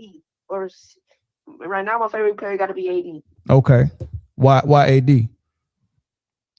The only reason why it's AD is because that he just reminds me of my MJ for like it's his play style. Like, what about his play style? Like, he can fade away on anybody. He can dunk so easily. Like, I'm not even really trying to get onto that. But what I was gonna say was, you know who got more trophies? More trophies than who? Saying. Who got more trophies than who? KD or Michael Jordan, bro. Yeah. Mm-hmm. Did you say AD or KD? Oh. Did you when you said who did you? Oh, KD. KD. He said KD. I thought you said AD. Nah, KD cold, dog. You right. KD's your favorite player? Yes, sir. No, that's cool. What else you wanted to say? So, what I was gonna say was name like 10 players who was in the NBA like back in the 90s, like superstars. Okay, let's do this, Chris. I do 2, you do 2, Bria do 2, Briana do Britne do 2. All right, and superstars you gonna have to in the 90s. Brian, you gonna have to do 2 as well. And that'll be 10. So I'm gonna do 2. We doing superstars in the 90s. Yeah, I'm gonna do my 2 first. Hakeem Olajuwon, Charles Barkley. That's 2. All right. Who you said Hakeem and who? I said Hakeem and Charles Barkley. Okay. MJ and Patrick Ewing. Okay, MJ, Patrick Ewing. Bruh. Okay. I got Karl Malone and the Admiral, David Robinson. Well, good one. Go ahead, Bree. Now, Bree Young, she was born in the 90s, so this is good. I was born in the 90s, but I immediately thought Shaq. And then There you go. That's one. He count. I'm gonna go with a superstar. I'm gonna go Kobe. Nobody said Kobe, right? There you go. Yeah, Kobe. Yeah. All right, All right. Now, Brian, you got to do two. All right, John Stockton and Charles Barkley. All right. Okay. I take it. I said Charles Barkley, but I'm gonna change mine to Chris Webber since you said Barkley. Yeah. Now that's good stuff right there, man. You got to call in more often now, Brian. You got to subscribe. I know you already subscribed to No Bull Podcast. Now you got to subscribe to Man Down. Okay. All right, I'm gonna say your number, man. Thanks for the call. Love you, Brian. Appreciate you, little bro. Hold on. Go ahead. I got one more thing to say. Hold on. All right. So, six-time MVP, finalist MVP. Hold on. I gotta go back to the test. Okay. NBA championship 6. Finals MVP 6. Most valuable player or MVP 5. Defensive player of the year twice. NBA rookie of the year once. Scoring titles 10. All-star MVPs 3. Gold medalists 2. That's easy. That's Jordan. KD What? wouldn't survive. That's KD wouldn't survive against MJ or exactly in the 90s. He would have at least had 30 championships. At most, probably 4. He's not surviving that.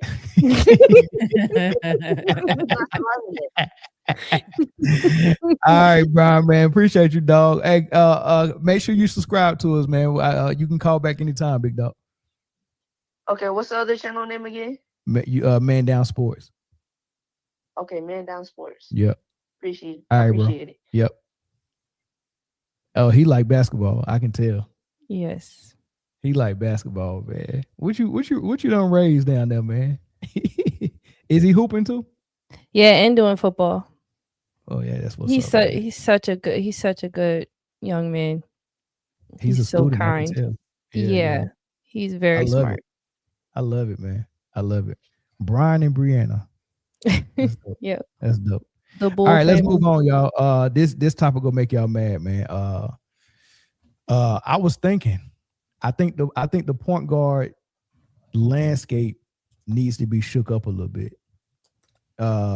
Because of what I'm seeing from LaMelo Ball. He's finally turned the corner. We've already knew he was super talented, one of the most talented point guards in the league, but he got hurt with his ankle almost every year, couldn't stay on the floor, had issues with his coach, getting benched and stuff like that. Defense was in question. Leadership was in question. Can he play winning basketball was in question. And he answered all those questions. He stayed healthy this season. His team is winning basketball games. They're in the playoff hunt in the 8 seed right now, and they can go up to, I think it's as high as 6 these last 5-6 games.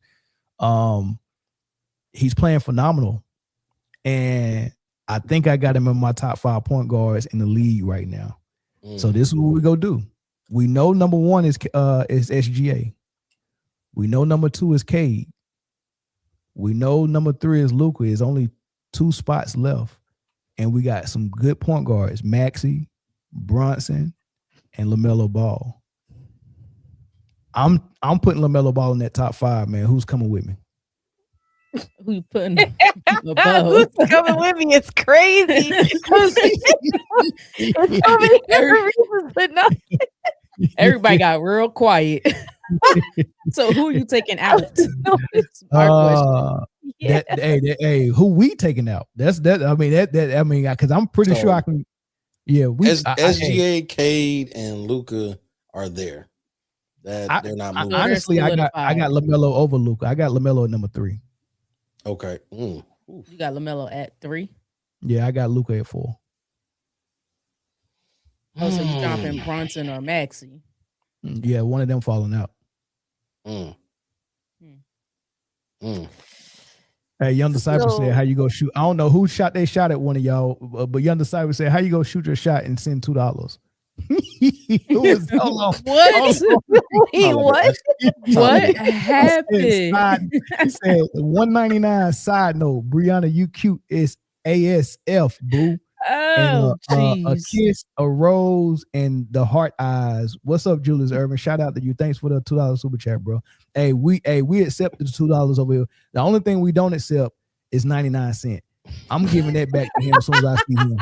That's the only thing we don't accept. And get him in pennies too, and throw it at his ass.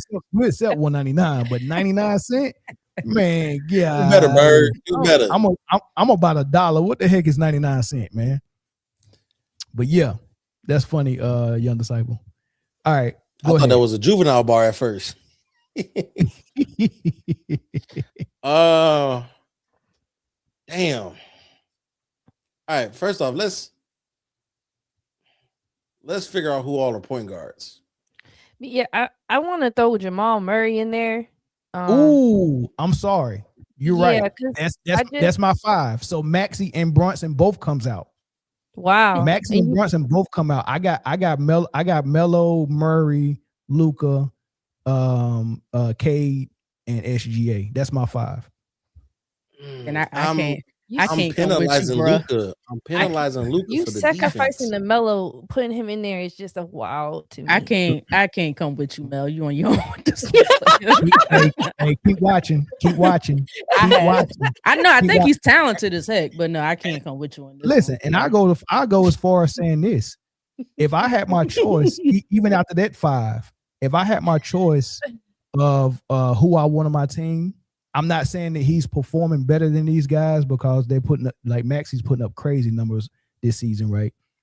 But just evaluating the player, not their stats.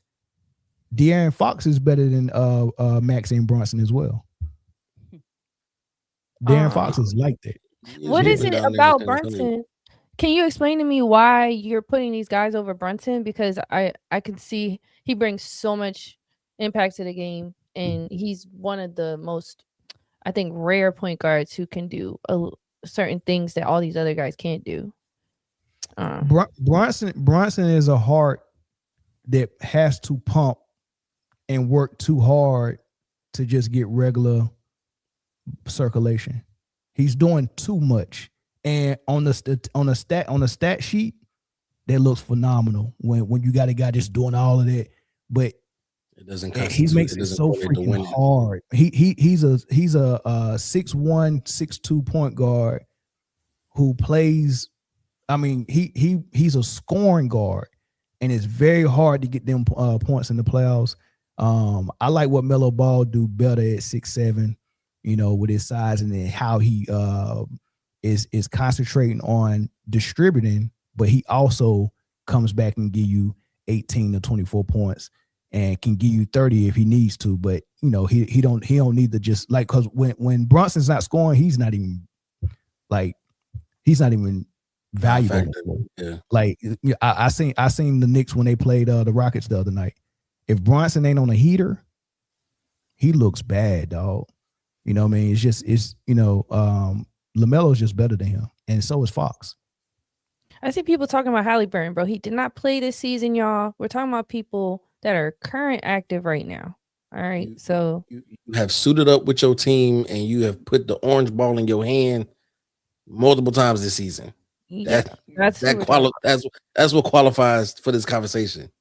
If y'all don't start flirting with the panel, this man. Now I know this man was born in the 80s. He said Briana is a little tenderoni. That's Bobby Brown. That's a Bobby Brown.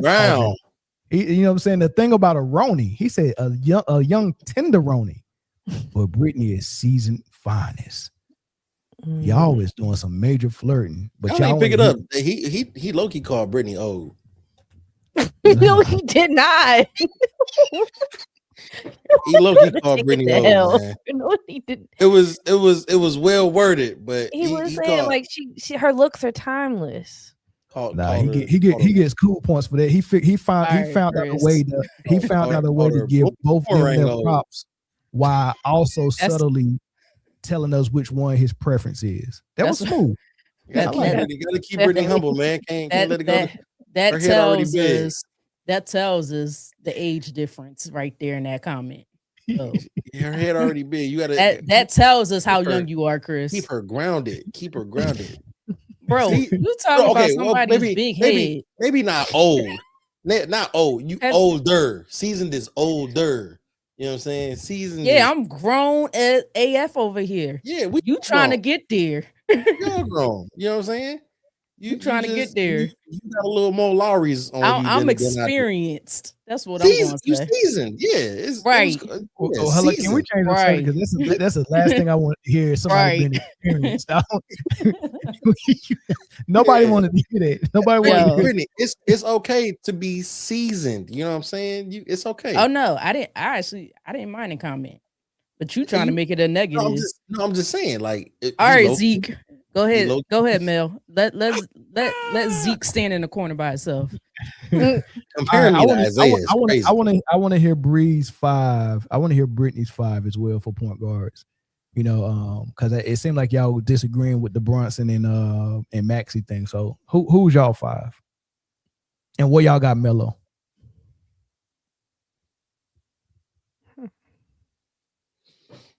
Are we all in agreement with the first two, Cade and SGA? 100%. For sure. Okay. 100%. And then are we going to go ahead and go Luka 3? No.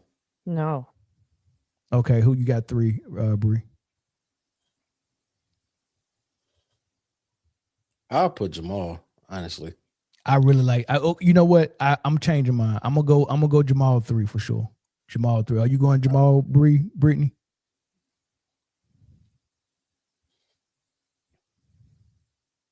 It's tough, ain't it? I think if he didn't have Jokic, for sure. Okay, that's fair. I just think he's a number 2. I get it. That team. I don't know. I just feel like that team takes away so much of what Jamal Murray could be. Mm-hmm. I think, but you have what to. His talent is. You got to weigh that though. Like we only get to see what we see because they don't allow anybody to flourish in that Jokic system. We've seen what he can do. Yeah, they don't win the championship without him. Of course not. Sure. Yeah. But I think he's a primary ball handler and potentially a number 1 option on another team. No. Chris, here's the thing that people are not paying attention to this season. Ever since Jokic missed those 16 games, Jamal was the number 1 option for 16 games. When Jokic came back, how he's been playing, he's been trying to get more assists than he's been trying to get points. He's had a game with 19 assists, 17 assists, 6. Like he's getting a lot of assists, and he's not prioritizing his scoring, and that's kept Jamal Murray at the number 1 option even when he came back. So Jamal's been the number 1 option for Denver since Jokic got hurt, and he's still the number 1 option. And they're not looking at it that way. Go look at how many shots Jokic has been taking since he came back. Mm-hmm. He's concentrating on facilitating. Jamal Murray is the number 1 option, but so it's almost like a Joker falls into that Karl Anthony Towns role that Brunson got on his number 2. You know what I mean? So Jokic is kind of the number 2 right now. Well, then in that case, I could put him at the 3. I like him at the 3 too. For my 4, I got Tyrese Maxey, and in my 5, it's probably Jalen Brunson. Okay. All right. And then, what if you think about it? What would you have LaMelo? Because you still got Darius Garland, you still got Harden, you still got De'Aaron Fox. You know, it's a lot of point guard. And then the young guys we got. What's the young guy that you like? Is it George? Did you like Bree in Utah, or is it Keontae George? Yeah, it's a George in Washington. Keontae. Oh, Kaishan. Yeah, it's I don't think he plays a. Yeah, but is he top 5 yet? Nah, not top 5. I'm just saying after that 5 that Bree just named, I'm trying to see how far she got LaMelo. He want LaMelo up there bad. No, I just want to know where y'all got him. Definitely probably top 7. Probably top 7. Okay, that's fair. And even like I want to see. I mean, Stephen Castle too. Like, I mean, I'm not saying he's better than LaMelo, but Castle cold though. he's cold. He's definitely top 10 for me. But I just think maybe not even top 10, top 11. Because Steph, even though we're gonna see him come back on Sunday, I mean, he comes back. That changes a lot of this conversation, I think. I mean, we gotta put Steph in the 5. If Steph healthy, we gotta put him in the 5, don't we? In the top 5, you think? No, because I think that the guys that we're naming and even the guys that we're struggling to find out where their place is playing better than Steph this season. I don't know, dog. I don't know. Cold. If I had Steph in New York instead of Brunson, big difference. Big difference. But the thing about New York I noticed is like they have a lot of guys that could be number 2s and number 3s, and their rotation is a little odd right now. Like, there's no reason why OG Anunoby is a higher go-to option than Mikal Bridges. And I know this is like a whole different conversation, but it's very confusing to me that they got ISO plays for OG, but yet they keep Mikal in the short corner, in the corner shooting threes. Like, I never understood. OG wasn't even like that on the Raptors. So I guess I'm just trying to understand what Mike Brown is doing right now with their offense. But Brunson has been so clutch for them and consistent with his pull-ups and just his ability to keep that offense, I think, on track. I mean, he was averaging almost 30 points at one point this season. I don't know where he's at now, but I don't know. Shout out to Robin from Sports and Fitness Rants. What's up, big dog? Chris, you got it. You what you got, Melo? My fault. I'm actually.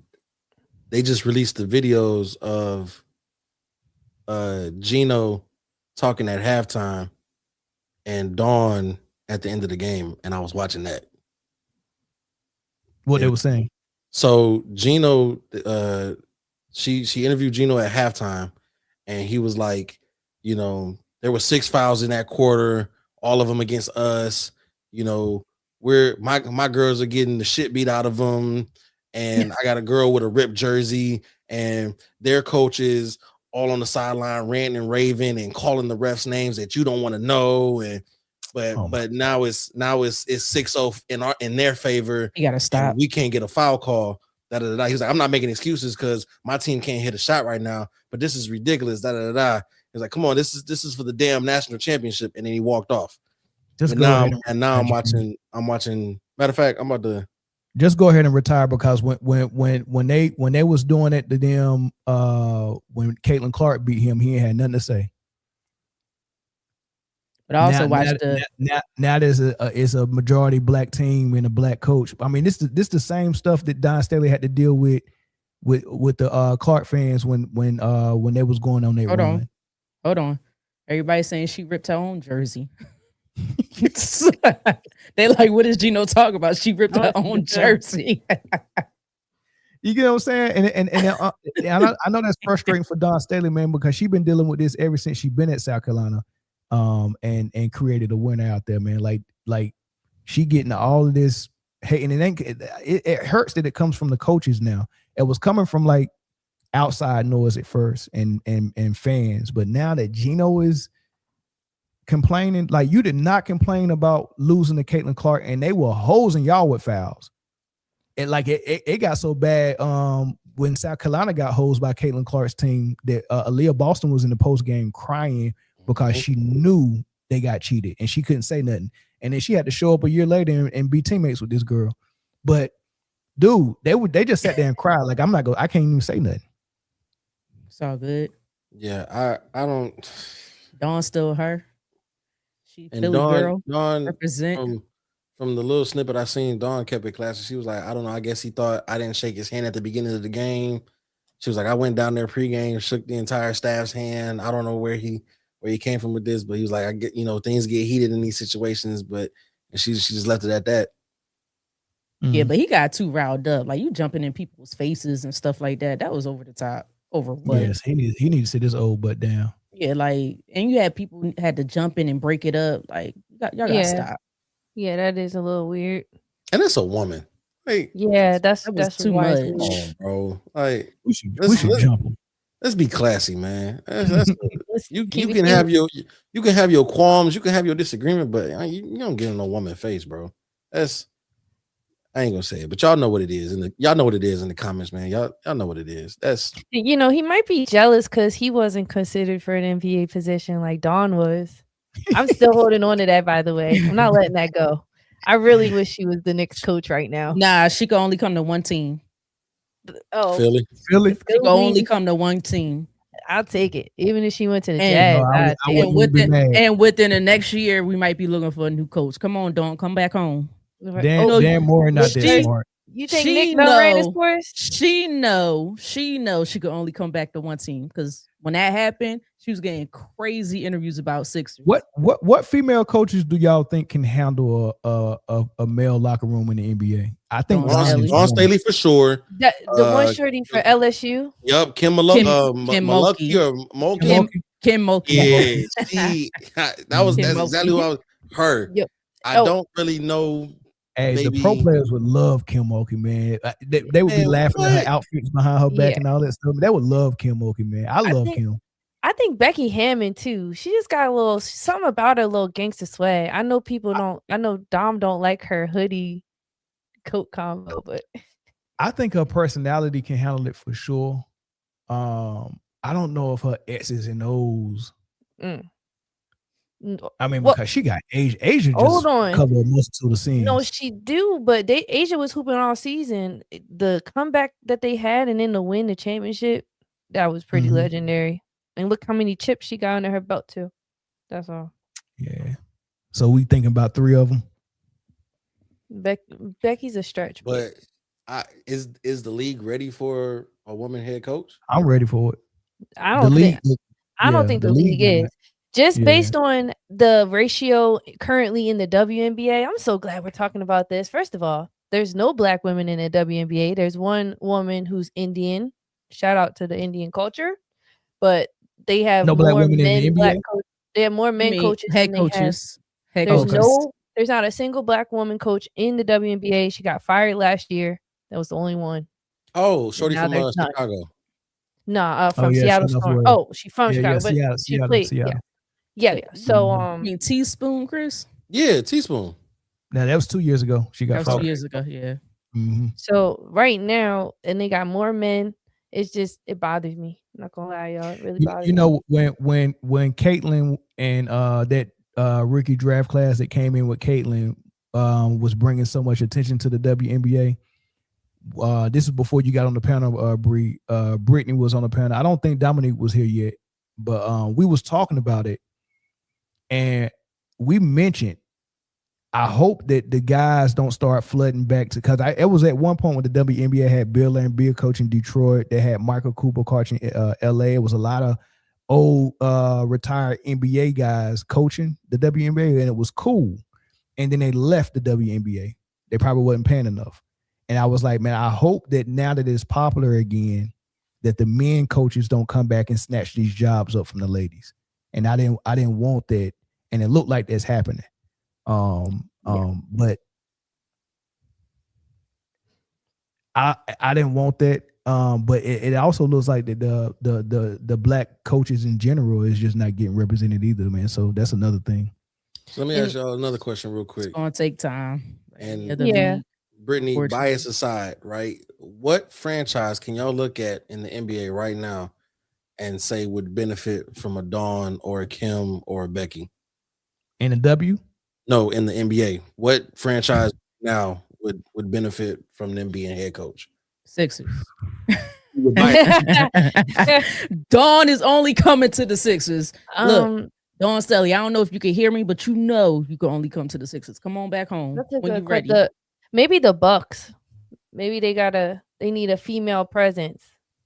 I'm not giving no female, no project team that's in the dumps like the Wizards or the Bucks. Nah, what about the Jazz? Ooh, I don't know. They too young. They're too young. But hold on. Coaching college kids. But hold on, Mel. But that's the point. Like I think, like a coach like Dawn, she knows how to coach young players and build them up together as a team. New players, like constantly, she getting every year. So she's very good at the X's O's and how to bring a team together. I think she would be perfect for a team like the Jazz outside the Sixers. Oh, that's a good one. Another one, maybe the Bulls. Like, look at their roster. They got a bunch of guys. I feel like they don't seem like they have that one outspoken person on their team. And I know that's going to be a topic, but I'm not even talking about that. But I'm just talking like in general. Look at all those guys on that roster. It's a possibility. I like that, but I wouldn't wish, because we know the leash is going to be short for a female coach. She's the first. So I wouldn't wish her to get a team that's going to be young and experienced that can grow with her, because she's not going to get but 2 years to suck before she lose her job. So I want her to go into something that's, the experience is already there. You know what I mean? So, get Steve her ass up out of there. Put somebody over there. What about I don't like I don't know. I don't like the Warriors or maybe Phoenix. They too old. Maybe Phoenix. Phoenix is not. They're It's not bad. They're not bad. I think the personality that Ty Lue has, I think Don Staley would be perfect as his assistant, because I think the locker room needs somebody like her, because Ty Lue is kind of different. I think Don Staley's not coming in as an assistant. I was about to say, and do you think that that's the route that has to be taken for them to get the head coaching job? Is the college resume not enough? No, it should. It could be. I mean, it was enough for people like the Florida coach Billy Donovan and stuff like that. Yeah. So yeah, sure. I mean, we're on the right track though. Looking at the organizations that may have the capacity to do that, because the Spurs was the first team to have a female on their roster, on their thing. So they definitely, obviously, are okay with it. I do like the coach that got down there though. That was he doing his thug thizzle down there. Yeah. In San Antonio. I don't even know his name. What about the Heat? Maybe the Heat, because they're like a mafia type vibe. Once you're in forever. First off, the only way they getting rid of Eric Spoelstra is if he die. Yeah. I ain't wishing death on him or ill, but he didn't solidify that he's in there till he don't want to be there. And Pat Riley is too. Pat Riley ain't going nowhere. So them two gonna get buried under that arena. They gonna have to replace Pat Riley like the Pope. Do the whole ceremony. Yeah, it's gonna be shut down my. Maybe they figure out who the new owner gonna be. Maybe the Wizards, since they haven't gotten it right in over a decade, they could probably be like, you know what? At this point, let's just try anything. Don't send them over there. I would say maybe the Pelicans. I think the Pelicans are closer to being closer to the upside than they are being in the trash. I think that'd be a good. And just Zion needs some parental guidance, man. I think just that a motherly figure would just do him so well. Well, he do got a motherly figure. He got hips. That's like a baby mama. As soon as you said it, I knew where you was going. All right, let's move. Oh my goodness. We was talking about Melo and all in the East, man. I mean, I gotta ask y'all a question about this Eastern Conference playoff picture. Pistons and Celtics are no doubt the top two teams and the team to beat in the East. However, if you look from seed number 5 to number 8, it's some scary teams. You got the Hawks, you got the 76ers, you got the Hornets, you got the Raptors, right? Out of those teams from 5 and below, which team is the threat to these top teams like Boston and Detroit? Who, if you was Detroit or Boston, which one of those teams would you be afraid to see in the first or second round? Let me go look at the standings real quick. You said 5 and below? They're super close, by the way. All of the 5 and belows, their records are very tight. If I'm Detroit or Boston, who you scared of? 5 and below. Can I be honest with you? Yes, sir. I got 2 teams. I got none for Detroit and Boston. I got 2. I'm not scared of Atlanta. Atlanta just mollywhopped Boston. Or did they mollywhop Detroit? No, it was Boston.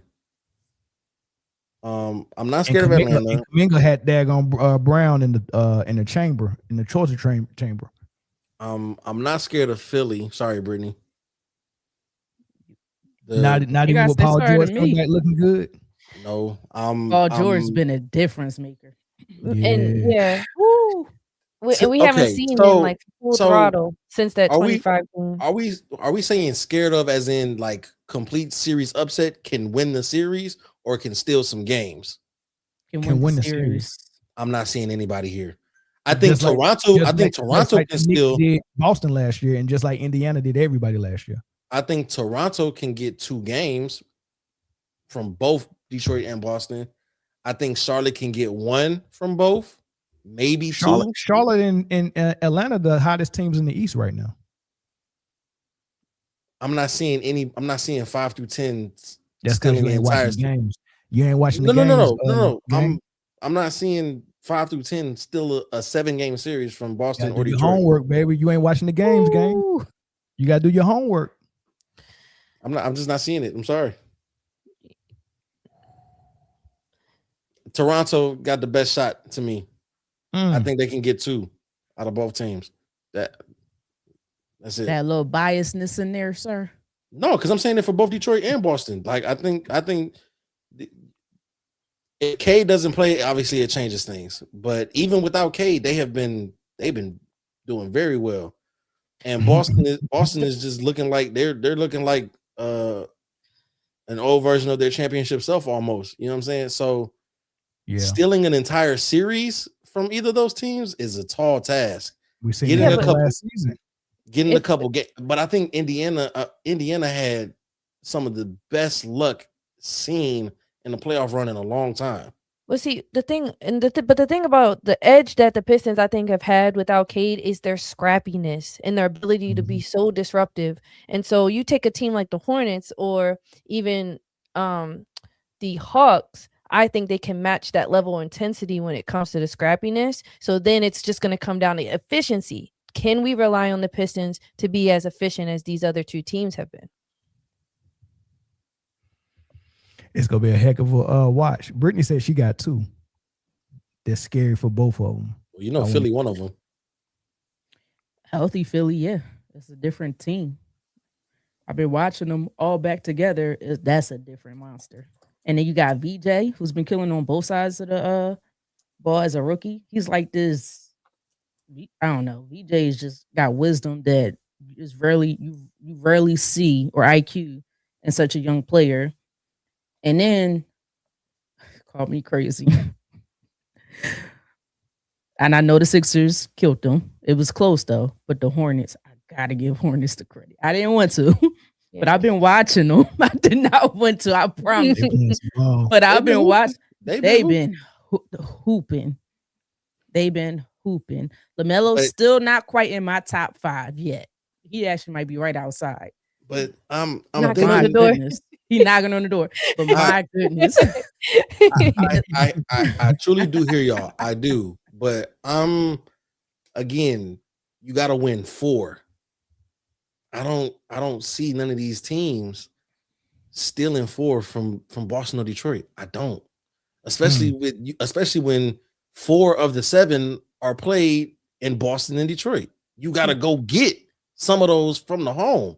Detroit is one of the best home teams in the league this year. I don't know. The Hawks or the Hornets in the first round. That's just me.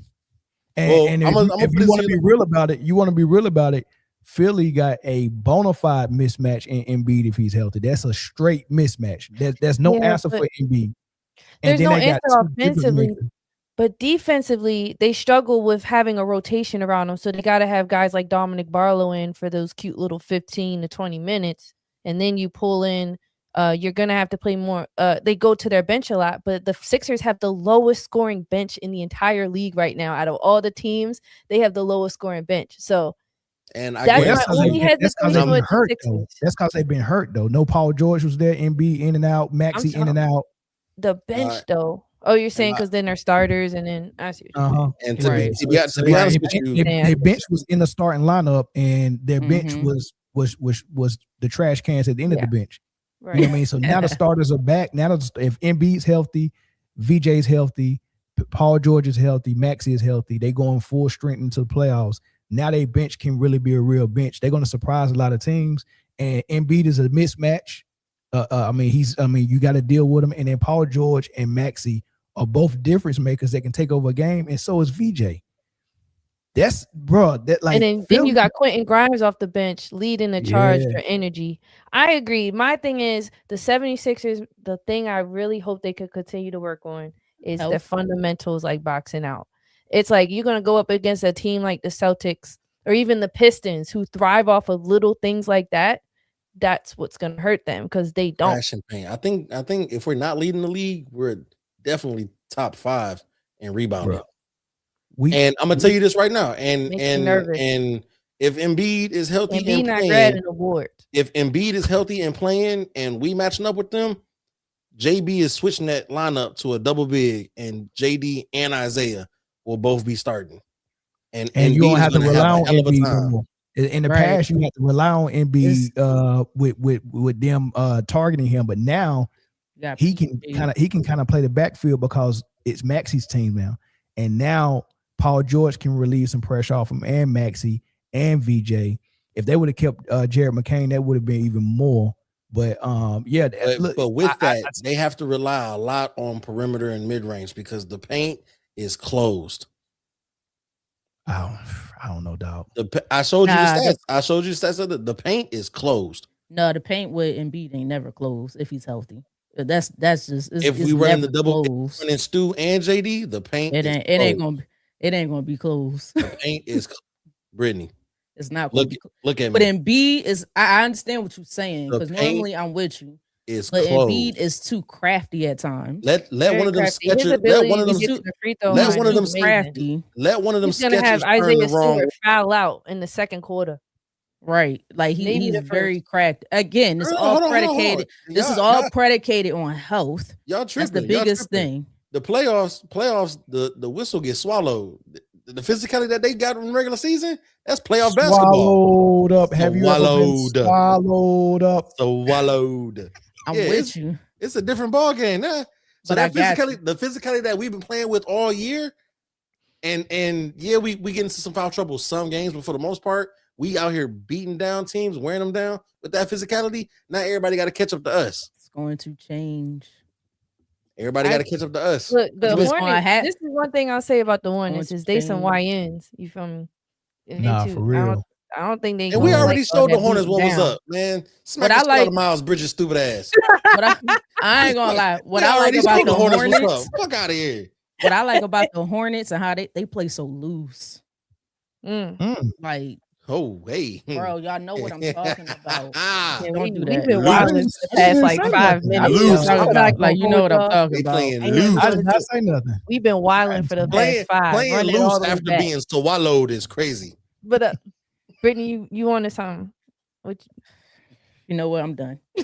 Nah, okay. I can't say certain words without it taking it to a whole nother level. Go ahead. I didn't say nothing. I didn't say not one thing. I was quiet. So is no okay. So let me ask y'all this, because if the season ended today, Detroit and Boston would not see Atlanta. They might see Charlotte. But knowing what we know since the plan has been established, are we not taking into account the Heat? No. They're so my thing. I love the Heat because once they get on a streak, they'll do really well. And we've been seeing, because their rotation has been so inconsistent, we've seen them without their stars, then we've seen them with their stars, like Tyler Hero, etc. Those guys can get hot at any moment. A Davion Mitchell, a Hami, and then they got Kilwar. Like, I just don't want to count the Heat out all the way just yet. I mean, I'm with you on that. They just put a whooping on somebody the other night. Who was it? I think it was the Sixers? Was it the Cavs? The Cavs? I don't know. Was it the Cavs? Hold on, I'll let y'all know. They beat somebody that was good. I thought it was they beat in the East. Yeah, they beat somebody in the East. It might have been the Sixers. I thought it was. No, they beat Philly, but by 10. They lost to Boston by almost 20. Yeah, it was the Sixers. You might be thinking they beat the Cavs 120 to 103. They lost that game. They beat the Cavs 120-103, but then turned right around and lost 149-128. Yep. Okay. They also Yep. lost to the Pacers. They lost to the Pacers 135-118. This is disgusting to see, actually. Yeah, They winning games they shouldn't be winning, but they losing games in terrible fashion.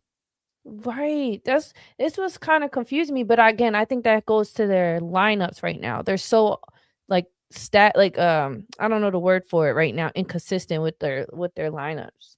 With people who are hurt. You know or what's aren't hurt. crazy?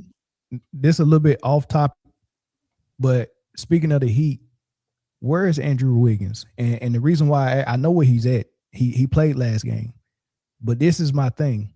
This is why I was telling people that when you got talent and Steve Kerr got you in that Golden State system and they're trying to turn you into Draymond Green, you got to be like Kuminga, especially if you still trying to make money and you young, because look what he turned Wiggins into and look what he is now. He go to the Heat and like he was a wing in Minnesota that was on a trajectory to be like one of the like he's supposed to be on a Jason Tatum level right now. That's how good he is. He's supposed to be. He went to daggone Golden State and started playing center and power forward and lost his mojo. Now he in Miami and they ain't even using him for what he can do. He just out there. Crazy. It's crazy that you say that, Mel, because he leads the team in blocks. You get him. So look, Steve Kerr done that to Gary Payton, making him play small forward, power forward, making Wiggins play power forward, center, making Kuminga play power forward, center. He made Jordan Bell play power forward, center, Draymond play power forward, center, and they're only good. They're like it's like an actor being typecast in Hollywood. Like, you know, you can only play this type of role once you play it so well. And that's what he turns those guys into. You're only good in this Golden State system and you ain't good nowhere else. When you leave Golden State, you're done. That's because he so focuses on making the dress, the person fit the dress as opposed to the dress fitting the person. And that's the type of coach Steve Kerr is. And he picks and chooses, and it really frustrates me. And someone can argue, guys like Kuminga or Andrew were given many opportunities to show up and be good, essentially, but not when you have that system working against you. I have to disagree with that. They were really not. They were not set up to win in that system. So, but I agree though. That's because Tyler Hero came back. Let's be for real. Because they leaned on Wiggins and Powell a lot when Tyler was gone. Well, and Powell was the leading scorer for that team. So yeah. He's Powell, and then it's Powell, Hero, and then Bam for the leading scorers, and those are the only ones averaging over 20. And then it drops down to like a 15. I think Andrew Wiggins is like 15.6 points per game. How we feel about the Knicks? They were not far. And to be honest with you, if the season ended today, they'd be matched up with Philadelphia. And if Philly's healthy, I think they're putting them out first round. I think that go to game 7. I think if Embiid is healthy, but you know he don't got to be the focal point. He's gonna give Karl Anthony Towns everything he asking for. You know what helped New York beat them 2 years ago? Hartenstein. Hartenstein did a hell of a job on Embiid, dog. And they let him go, and he went right over to the SGA. You rely on Cat, fucking Mitchell Robinson. Mitchell Robinson infuriates me so much. Like, you know, he's supposed to be like this offensive rebound guy, but do you see the energy he be giving, man? He just be giving this like he don't care energy sometimes. It really bothers me. And I don't think they use Jose Alvarado enough. I don't care how small he is. Peyton Pritchard already showed us this year. It doesn't matter. You know, I wish they used those. I wish they used Jose more, and they're not. And it's really it's because every minute Jose get is a minute Bronson don't get, because you don't want both of them on the court at the same time or against certain teams. Mm-hmm. They both too small. Mel, you also forgetting Embiid was also on one leg that series. So, but it's all good. Half. He didn't have one. He had half. And they didn't have VJ. They had They didn't have VJ. Just they had James. I think they had James. So again, you had nobody. He said the East comes down to two things: who's going to stink it up. All right, let's go ahead. I want to play a game with y'all real quick. All right, go ahead. because I'm looking at it, and I think how the East is set up right now is how the playoffs is going to be.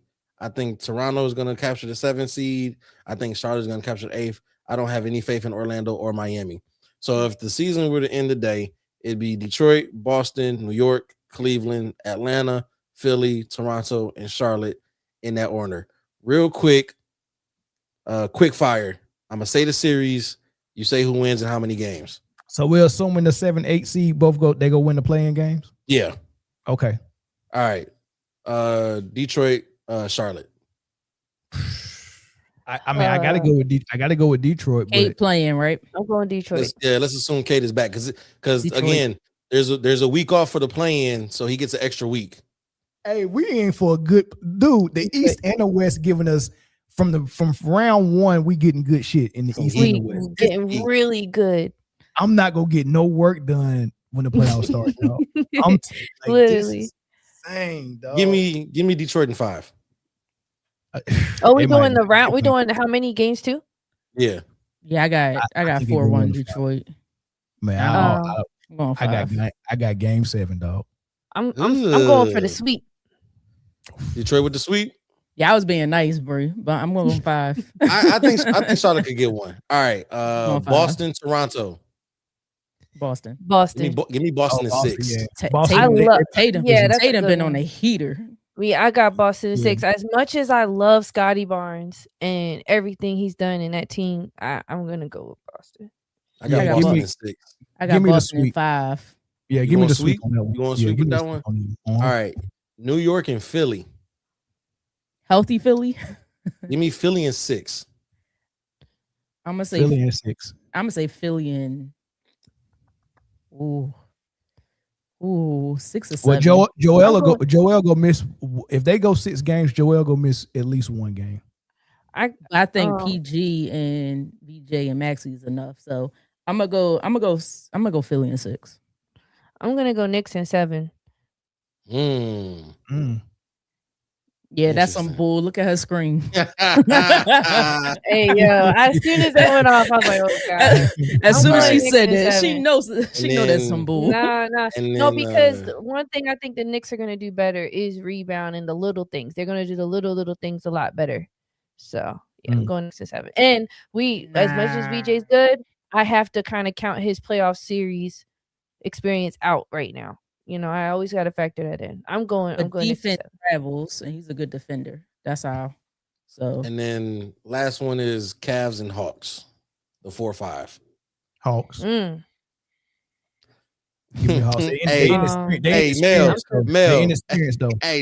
Mel. What's my saying about that one player that plays with Cleveland when the calendar switches to the playoffs? James Harden. In Mexico. Yeah. But people always want to highlight James Harden. We gotta talk about Donovan right there with him. They both in Mexico.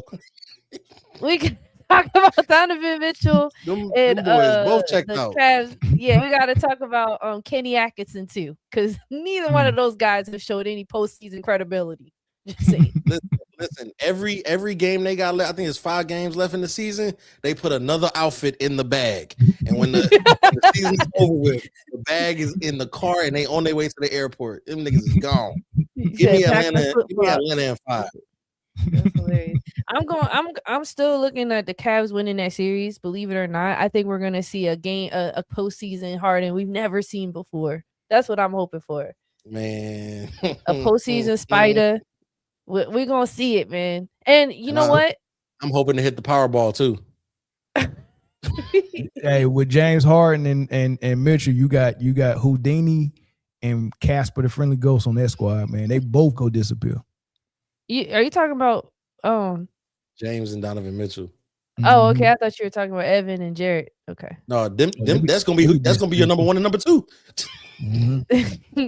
They all do magic. And then I mean, I don't have that much faith in the Dennis Schroeder or the Keon Ellis of it all either. I don't know where the status. Schroeder go show up. I think he's gonna show up. You're gonna have to. You know what I noticed about him?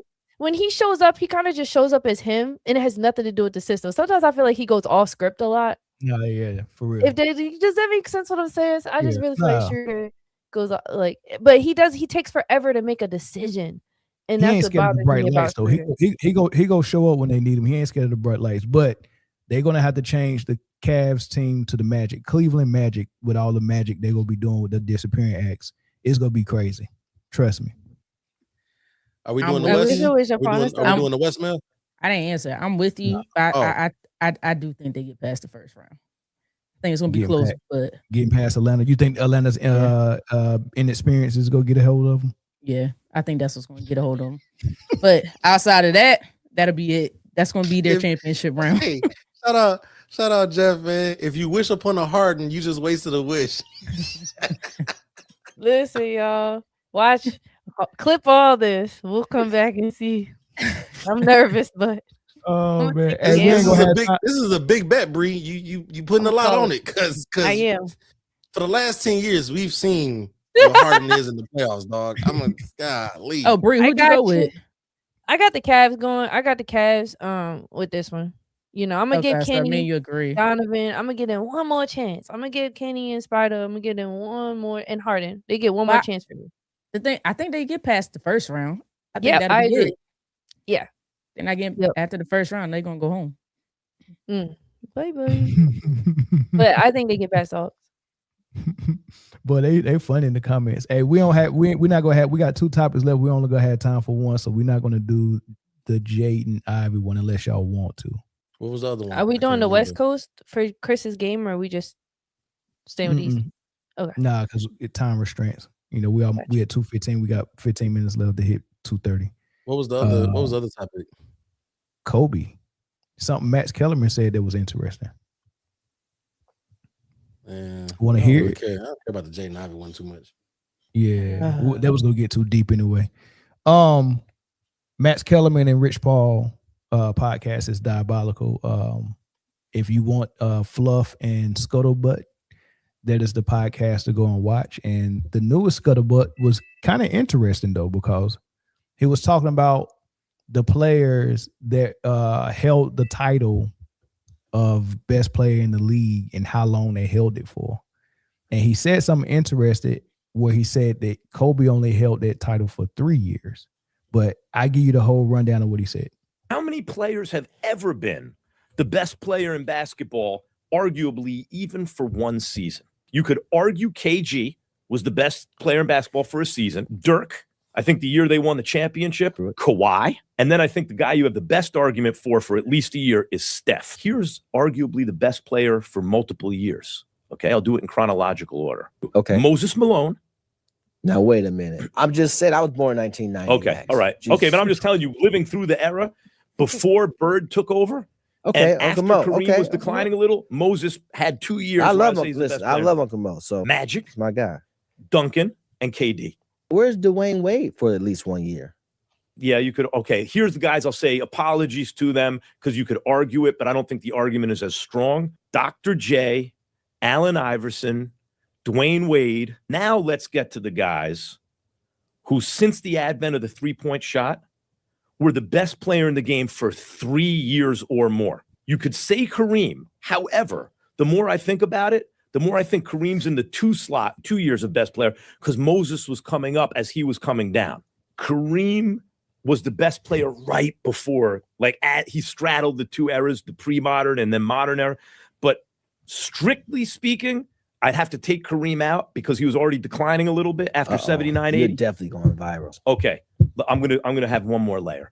Definitely the best player for at least 2 years in the league. Okay. Definitely. Kareem, Bird, MJ, Hakeem, Shaq, Kobe, LeBron, and Jokic. Because Hakeem, when Jordan went away, was the best player in the league for 2 years. I was going to say, why are you naming Michael Jordan? Of course they were. But I'm saying definitely 2 years. Now No, that has to be 3 years. Okay. Now let's get to 3 years. the Okay. best for at least 3 seasons. This is actually pretty fun. Bird, MJ, Shaq, Kobe, LeBron, Jokic. Jokic is on the list. Best player for more than 3 seasons in the world is only 2 names. And they were doing it both for, let me guess, 7 or 8 seasons plus. Michael and LeBron. Right. That's why that argument comes down to that. Apologies to Kobe fans. But when you're talking about 7, 8, 10 years where you are the best player in the world. Like everyone else kind of stops at 3. Kobe, you could argue, actually went up to 4 or 5, but LeBron and MJ, there are at least 7 years. Do y'all agree that Kobe was only the best player in the league for 3 years? No, because the math, I was okay at math, right? But these 3 years that he's speaking of, he probably only it speaking must of the be- 3 years that went to the finals. The 3 years he went to the finals with Paul Gasol. So they lost to the Celtics, then they beat the Magic, and then they beat the Celtics. That's the 3 years he's talking about. So he's talking about 2008 to 2011. Yeah, I guess that's the 3 years he's talking about. Or unless he's saying that LeBron was still like some people have this idea that LeBron has been the best player in the league since he came into the league. Since he was born. Yeah, they say, and I'm glad you picked up on that, because that's why the math the math wasn't collecting for me, because LeBron came in 03, correct? Was it 3 or 05? 03. Was it 03? 03. He got drafted in 03. And That's the year that's the year that Kobe averaged 30 points. And so we not saying Kobe wasn't the best player in the league that year? Listen, Kobe was third in MVP voting in 03 and 02-03. When he lost to Nash? Probably so. He was third in MVP voting. He was 8th in Defensive Player of the Year vote. He was NBA first team and defensive first team and averaged 30. Ooh. I'm trying to figure, and he played all 82 games as well. I'm trying to figure out what year that people are saying LeBron became the best player in the league. Because in my estimation, the last 2 championships the Lakers won with Shaq and Kobe, Shaq was not the number one. I think Kobe was. I think the last one they won, and then the one they lost against Detroit. So what's that? Kobe was better than Shaq then. So I'm trying to figure out who was the best in the league. Was it Duncan? Was it Kobe? Was it Shaq? Was it KG? I'm thinking Kobe been the best in the league from probably 2002 all the way until he tore his Achilles. Which was? He tore his Achilles in, let me see what year that was. That was the year that had Dwight. How he tore his Achilles in 2011? No, it was after. I think 2012-13. Yeah, because it was toward the end of the season. They was trying to make a playoff push. So 2002 to 2013, 11 years. In those 11 years, let's go look at LeBron. LeBron came in 03. If you want to say 07, when he took that Cavaliers team to the finals. Yeah, but that's the year Kobe had to come save them in the Olympics. What year was that Kobe had to come play in the Olympics and win for them? 08? Mm-hmm. Right. And then he came, and after he so he lost to Boston, and then he came and won the Olympics, and then he came back and beat Orlando in the finals, and then he beat Boston again. So that was going on from 07 to 2010. Like him winning gold for the US and getting 2 out of 3 finals. Mm-hmm. So it couldn't have been LeBron then. So at the very least, it was Kobe. Wait, because so lost to Boston 08, followed that up with gold. Olympics. Then won in 2009 and 2010. Mm-hmm. Okay, yeah. So 08 to 2010.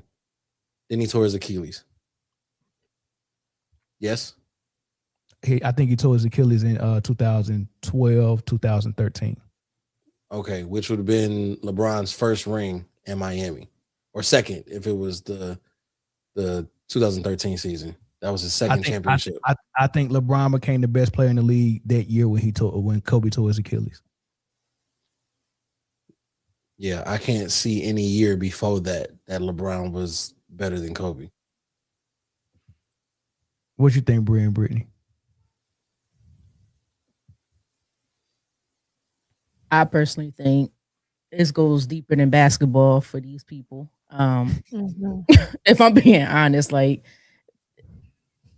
I just feel like some players, as talented and as great as they are, and as much success as they will have, they're never going to get the credit that they deserve from certain media folks, I guess you could say, because of whatever reason. They don't like them for whatever reason. And I think this is a similar situation. Me personally. Yeah, I think it's deeper than basketball.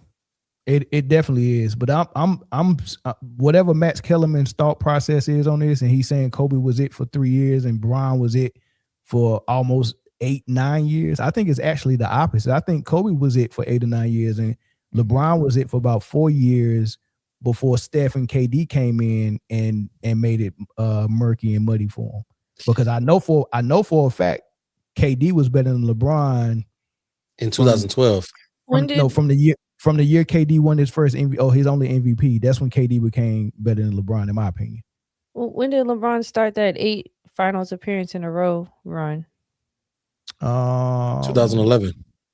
In Miami, right?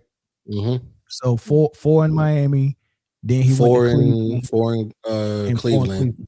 Yeah, and then that was 8. Oh, that was the 8 right there. Yeah, was 8. And then So it started his first year in Miami, which is the year that Kobe tore his Achilles. And I think also, no, KD won in 2012. He won MVP in 2012. Yeah. So yeah. That's... And to be honest with you, man, OKC was the better team. Man, nah, they wasn't. Yes, they were. OKC was gonna dog them niggas, bro. But LeBron and that super team experiment could not fail 2 years in a row. David Stern would not allow that to happen. They could not let that team fail 2 years in a row. Game 1 showed you everything you need to see. They was finna dog Miami.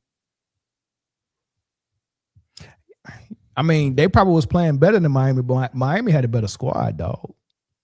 Ray Allen, not Paul Pierce, D Wade, LeBron, Mike Miller, like they had a squad, dog. The OKC Thunder was young. KD was like 23. Harden and Westbrook was like 21, 22. That was too young, dog. It just wasn't their year. They was balling. It wasn't their year though. This is way off topic, but Cooper Flag had 45 points tonight. Who they play? Woohoo! Against Orlando. He's trying to get off. See the Magic, they disappeared. I'm just saying. Do you believe in Magic? Dallas done had this still E next. Dallas done had this E next to their name on ESPN for so damn long. Mm-hmm.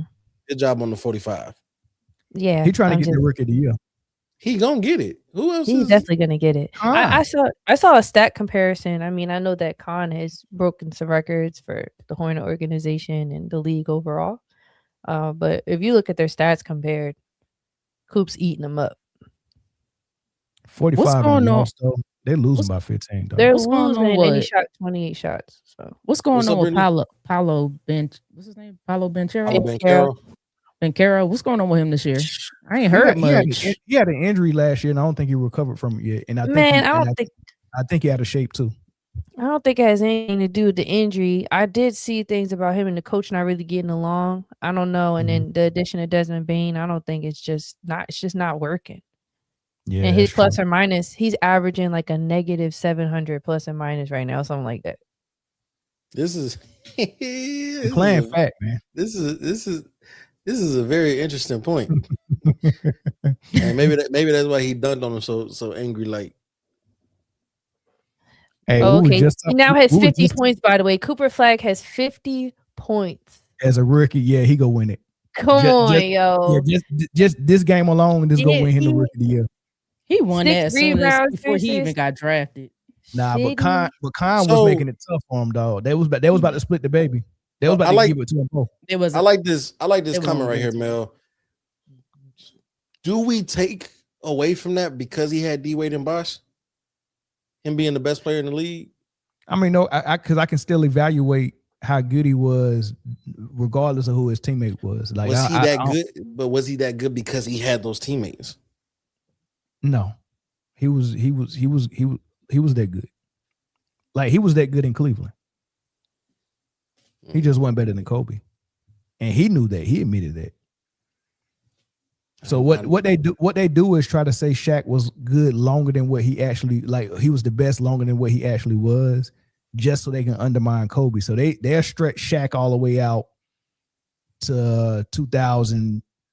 They'll do what now? Stretch Shaq all the way out to 2006 just to undermine Kobe, and then be like, oh, and that's when LeBron picked it up. That's what they do. Bro, Chris, stop. I already know what he was saying. I know what he was trying to get in. I ain't falling for it. But they try to inflate Shaq's length of how long he was the best just to undermine Kobe, and then give it right to LeBron and say LeBron took it from his third, fourth year in the league, which was not true.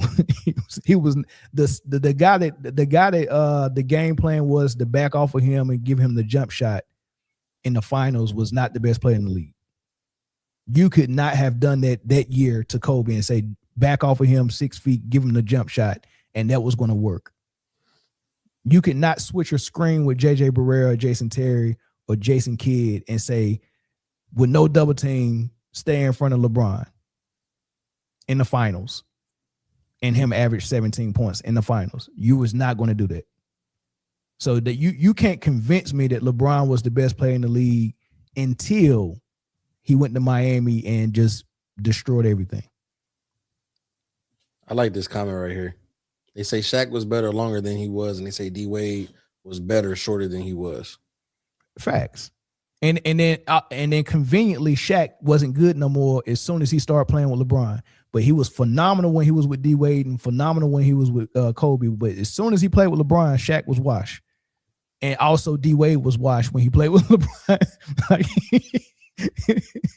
The LeBron fans are crazy, dog. Well, Shaq in Cleveland. I don't know. Hold on. Shaq in Cleveland was the same Shaq that got traded from LA. Did you see what Detroit did to him in the finals? They lost 4-1, dog, with Shaq and Kobe and Karl Malone and Gary Payton. They lost 4-1 because Shaq was fat and was getting outplayed by Mimino Kerr. Mimino Kerr was stepping out to the three-point line. And all they did, Larry Brown game plan for Shaq was, hey, Ben Wallace and Rasheed Wallace, as soon as we get a rebound, run as fast as you can to the other side. Shaq's he's not going to keep up. And then they brought his fat ass out of the paint and screening rolls with Chauncey Billups and Mimino Kerr, and Shaq was getting exposed. This gonna make it to Shaq's desk. Go watch that fight. Go watch Shaq, dude. Look, Shaq will admit they was like, Shaq, be honest, man. They had you listed at 390 that last year in LA. How much did you? God damn. 390. That's what he was able. That's what he was listed at. He was listed at 390. Shaq said, "I was well over 400 pounds that year." That's well over 400 pounds. You want to see a picture of Shaq that last year in LA? Why you think Jerry West was like, "Oh nah, he got to go"? Why do you think they lost 4-1? And why do you think Jerry West was like, "Get rid of this fat motherfucker now"? It's the Kobe era right now. If Shaq was the best player on that league, why the hell they trade him and not say, Kobe, you got to make this work? They got rid of his fat ass for Lamar Odom. For those of y'all who are new to the show, Mel has permanent beef with overweight NBA players. The overweight lover is not supposed to be on the basketball court. That is Heavy D in the boys. He's supposed to be in the music video. Yeah, you keep it on the video doing the Starburst dance and the butterfly. With the hammer pants on, but you do not bring your fat ass to the finals to play Detroit and Rasheed and Ben Wallace, and you can't run up and down the court. Bruh. No. He was not the best. It was Kobe. Kobe was the best player on that team the last 3 years that Shaq was there. I'm sorry. Said Shaq was Heavy D plus the boys in one.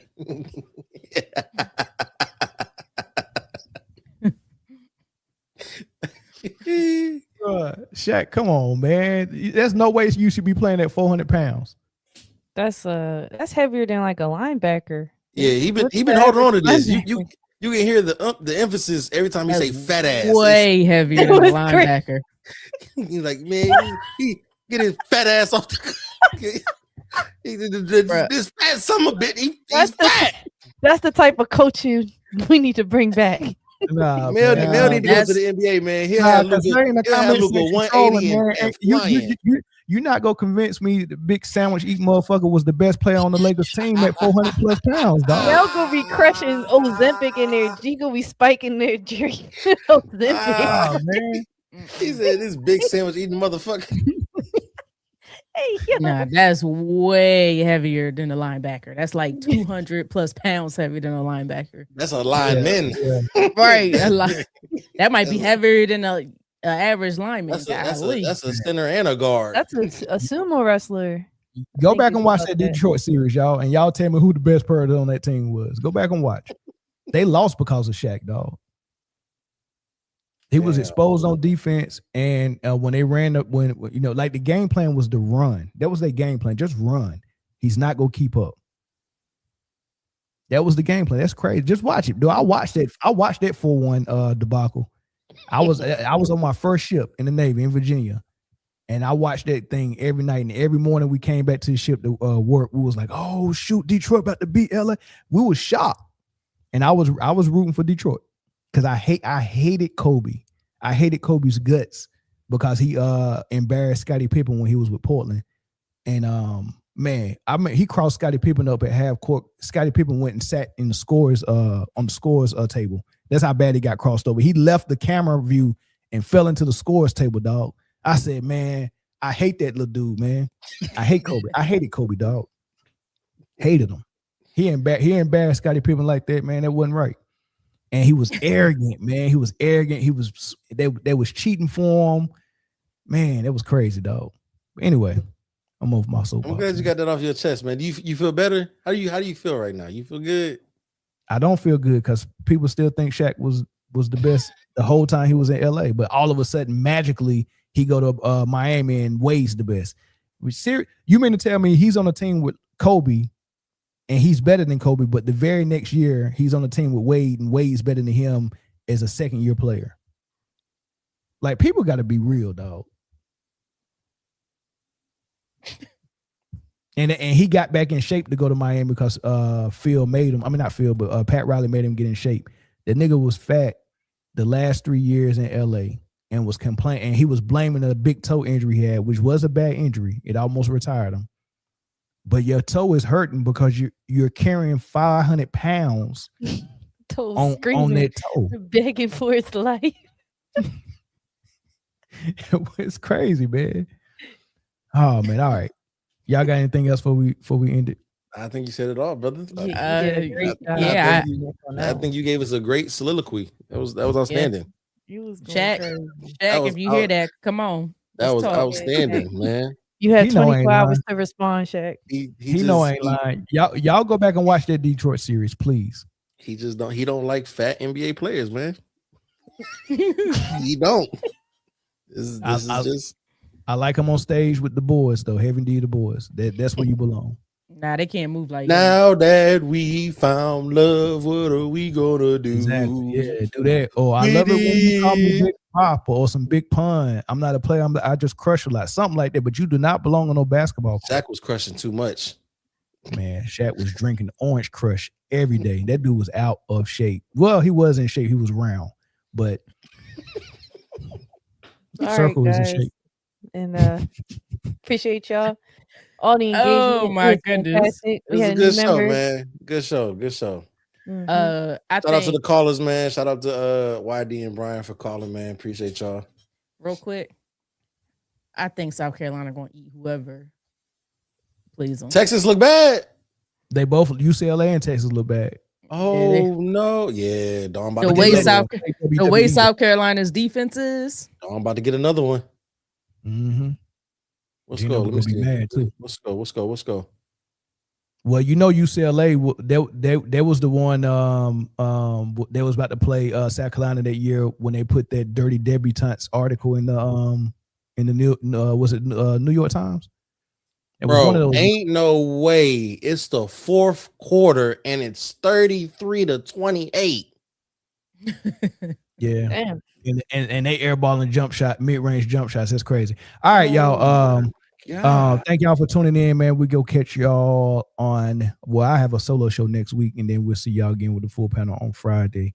It's gonna be a good show. Don't forget, we all gonna be in North Carolina at the end of this month. Yes. In our new studio. We're gonna be live on location. Y'all get to see our new stuff that we've been working on, man. So appreciate all the members that been contributing financially to help us bring y'all some better stuff.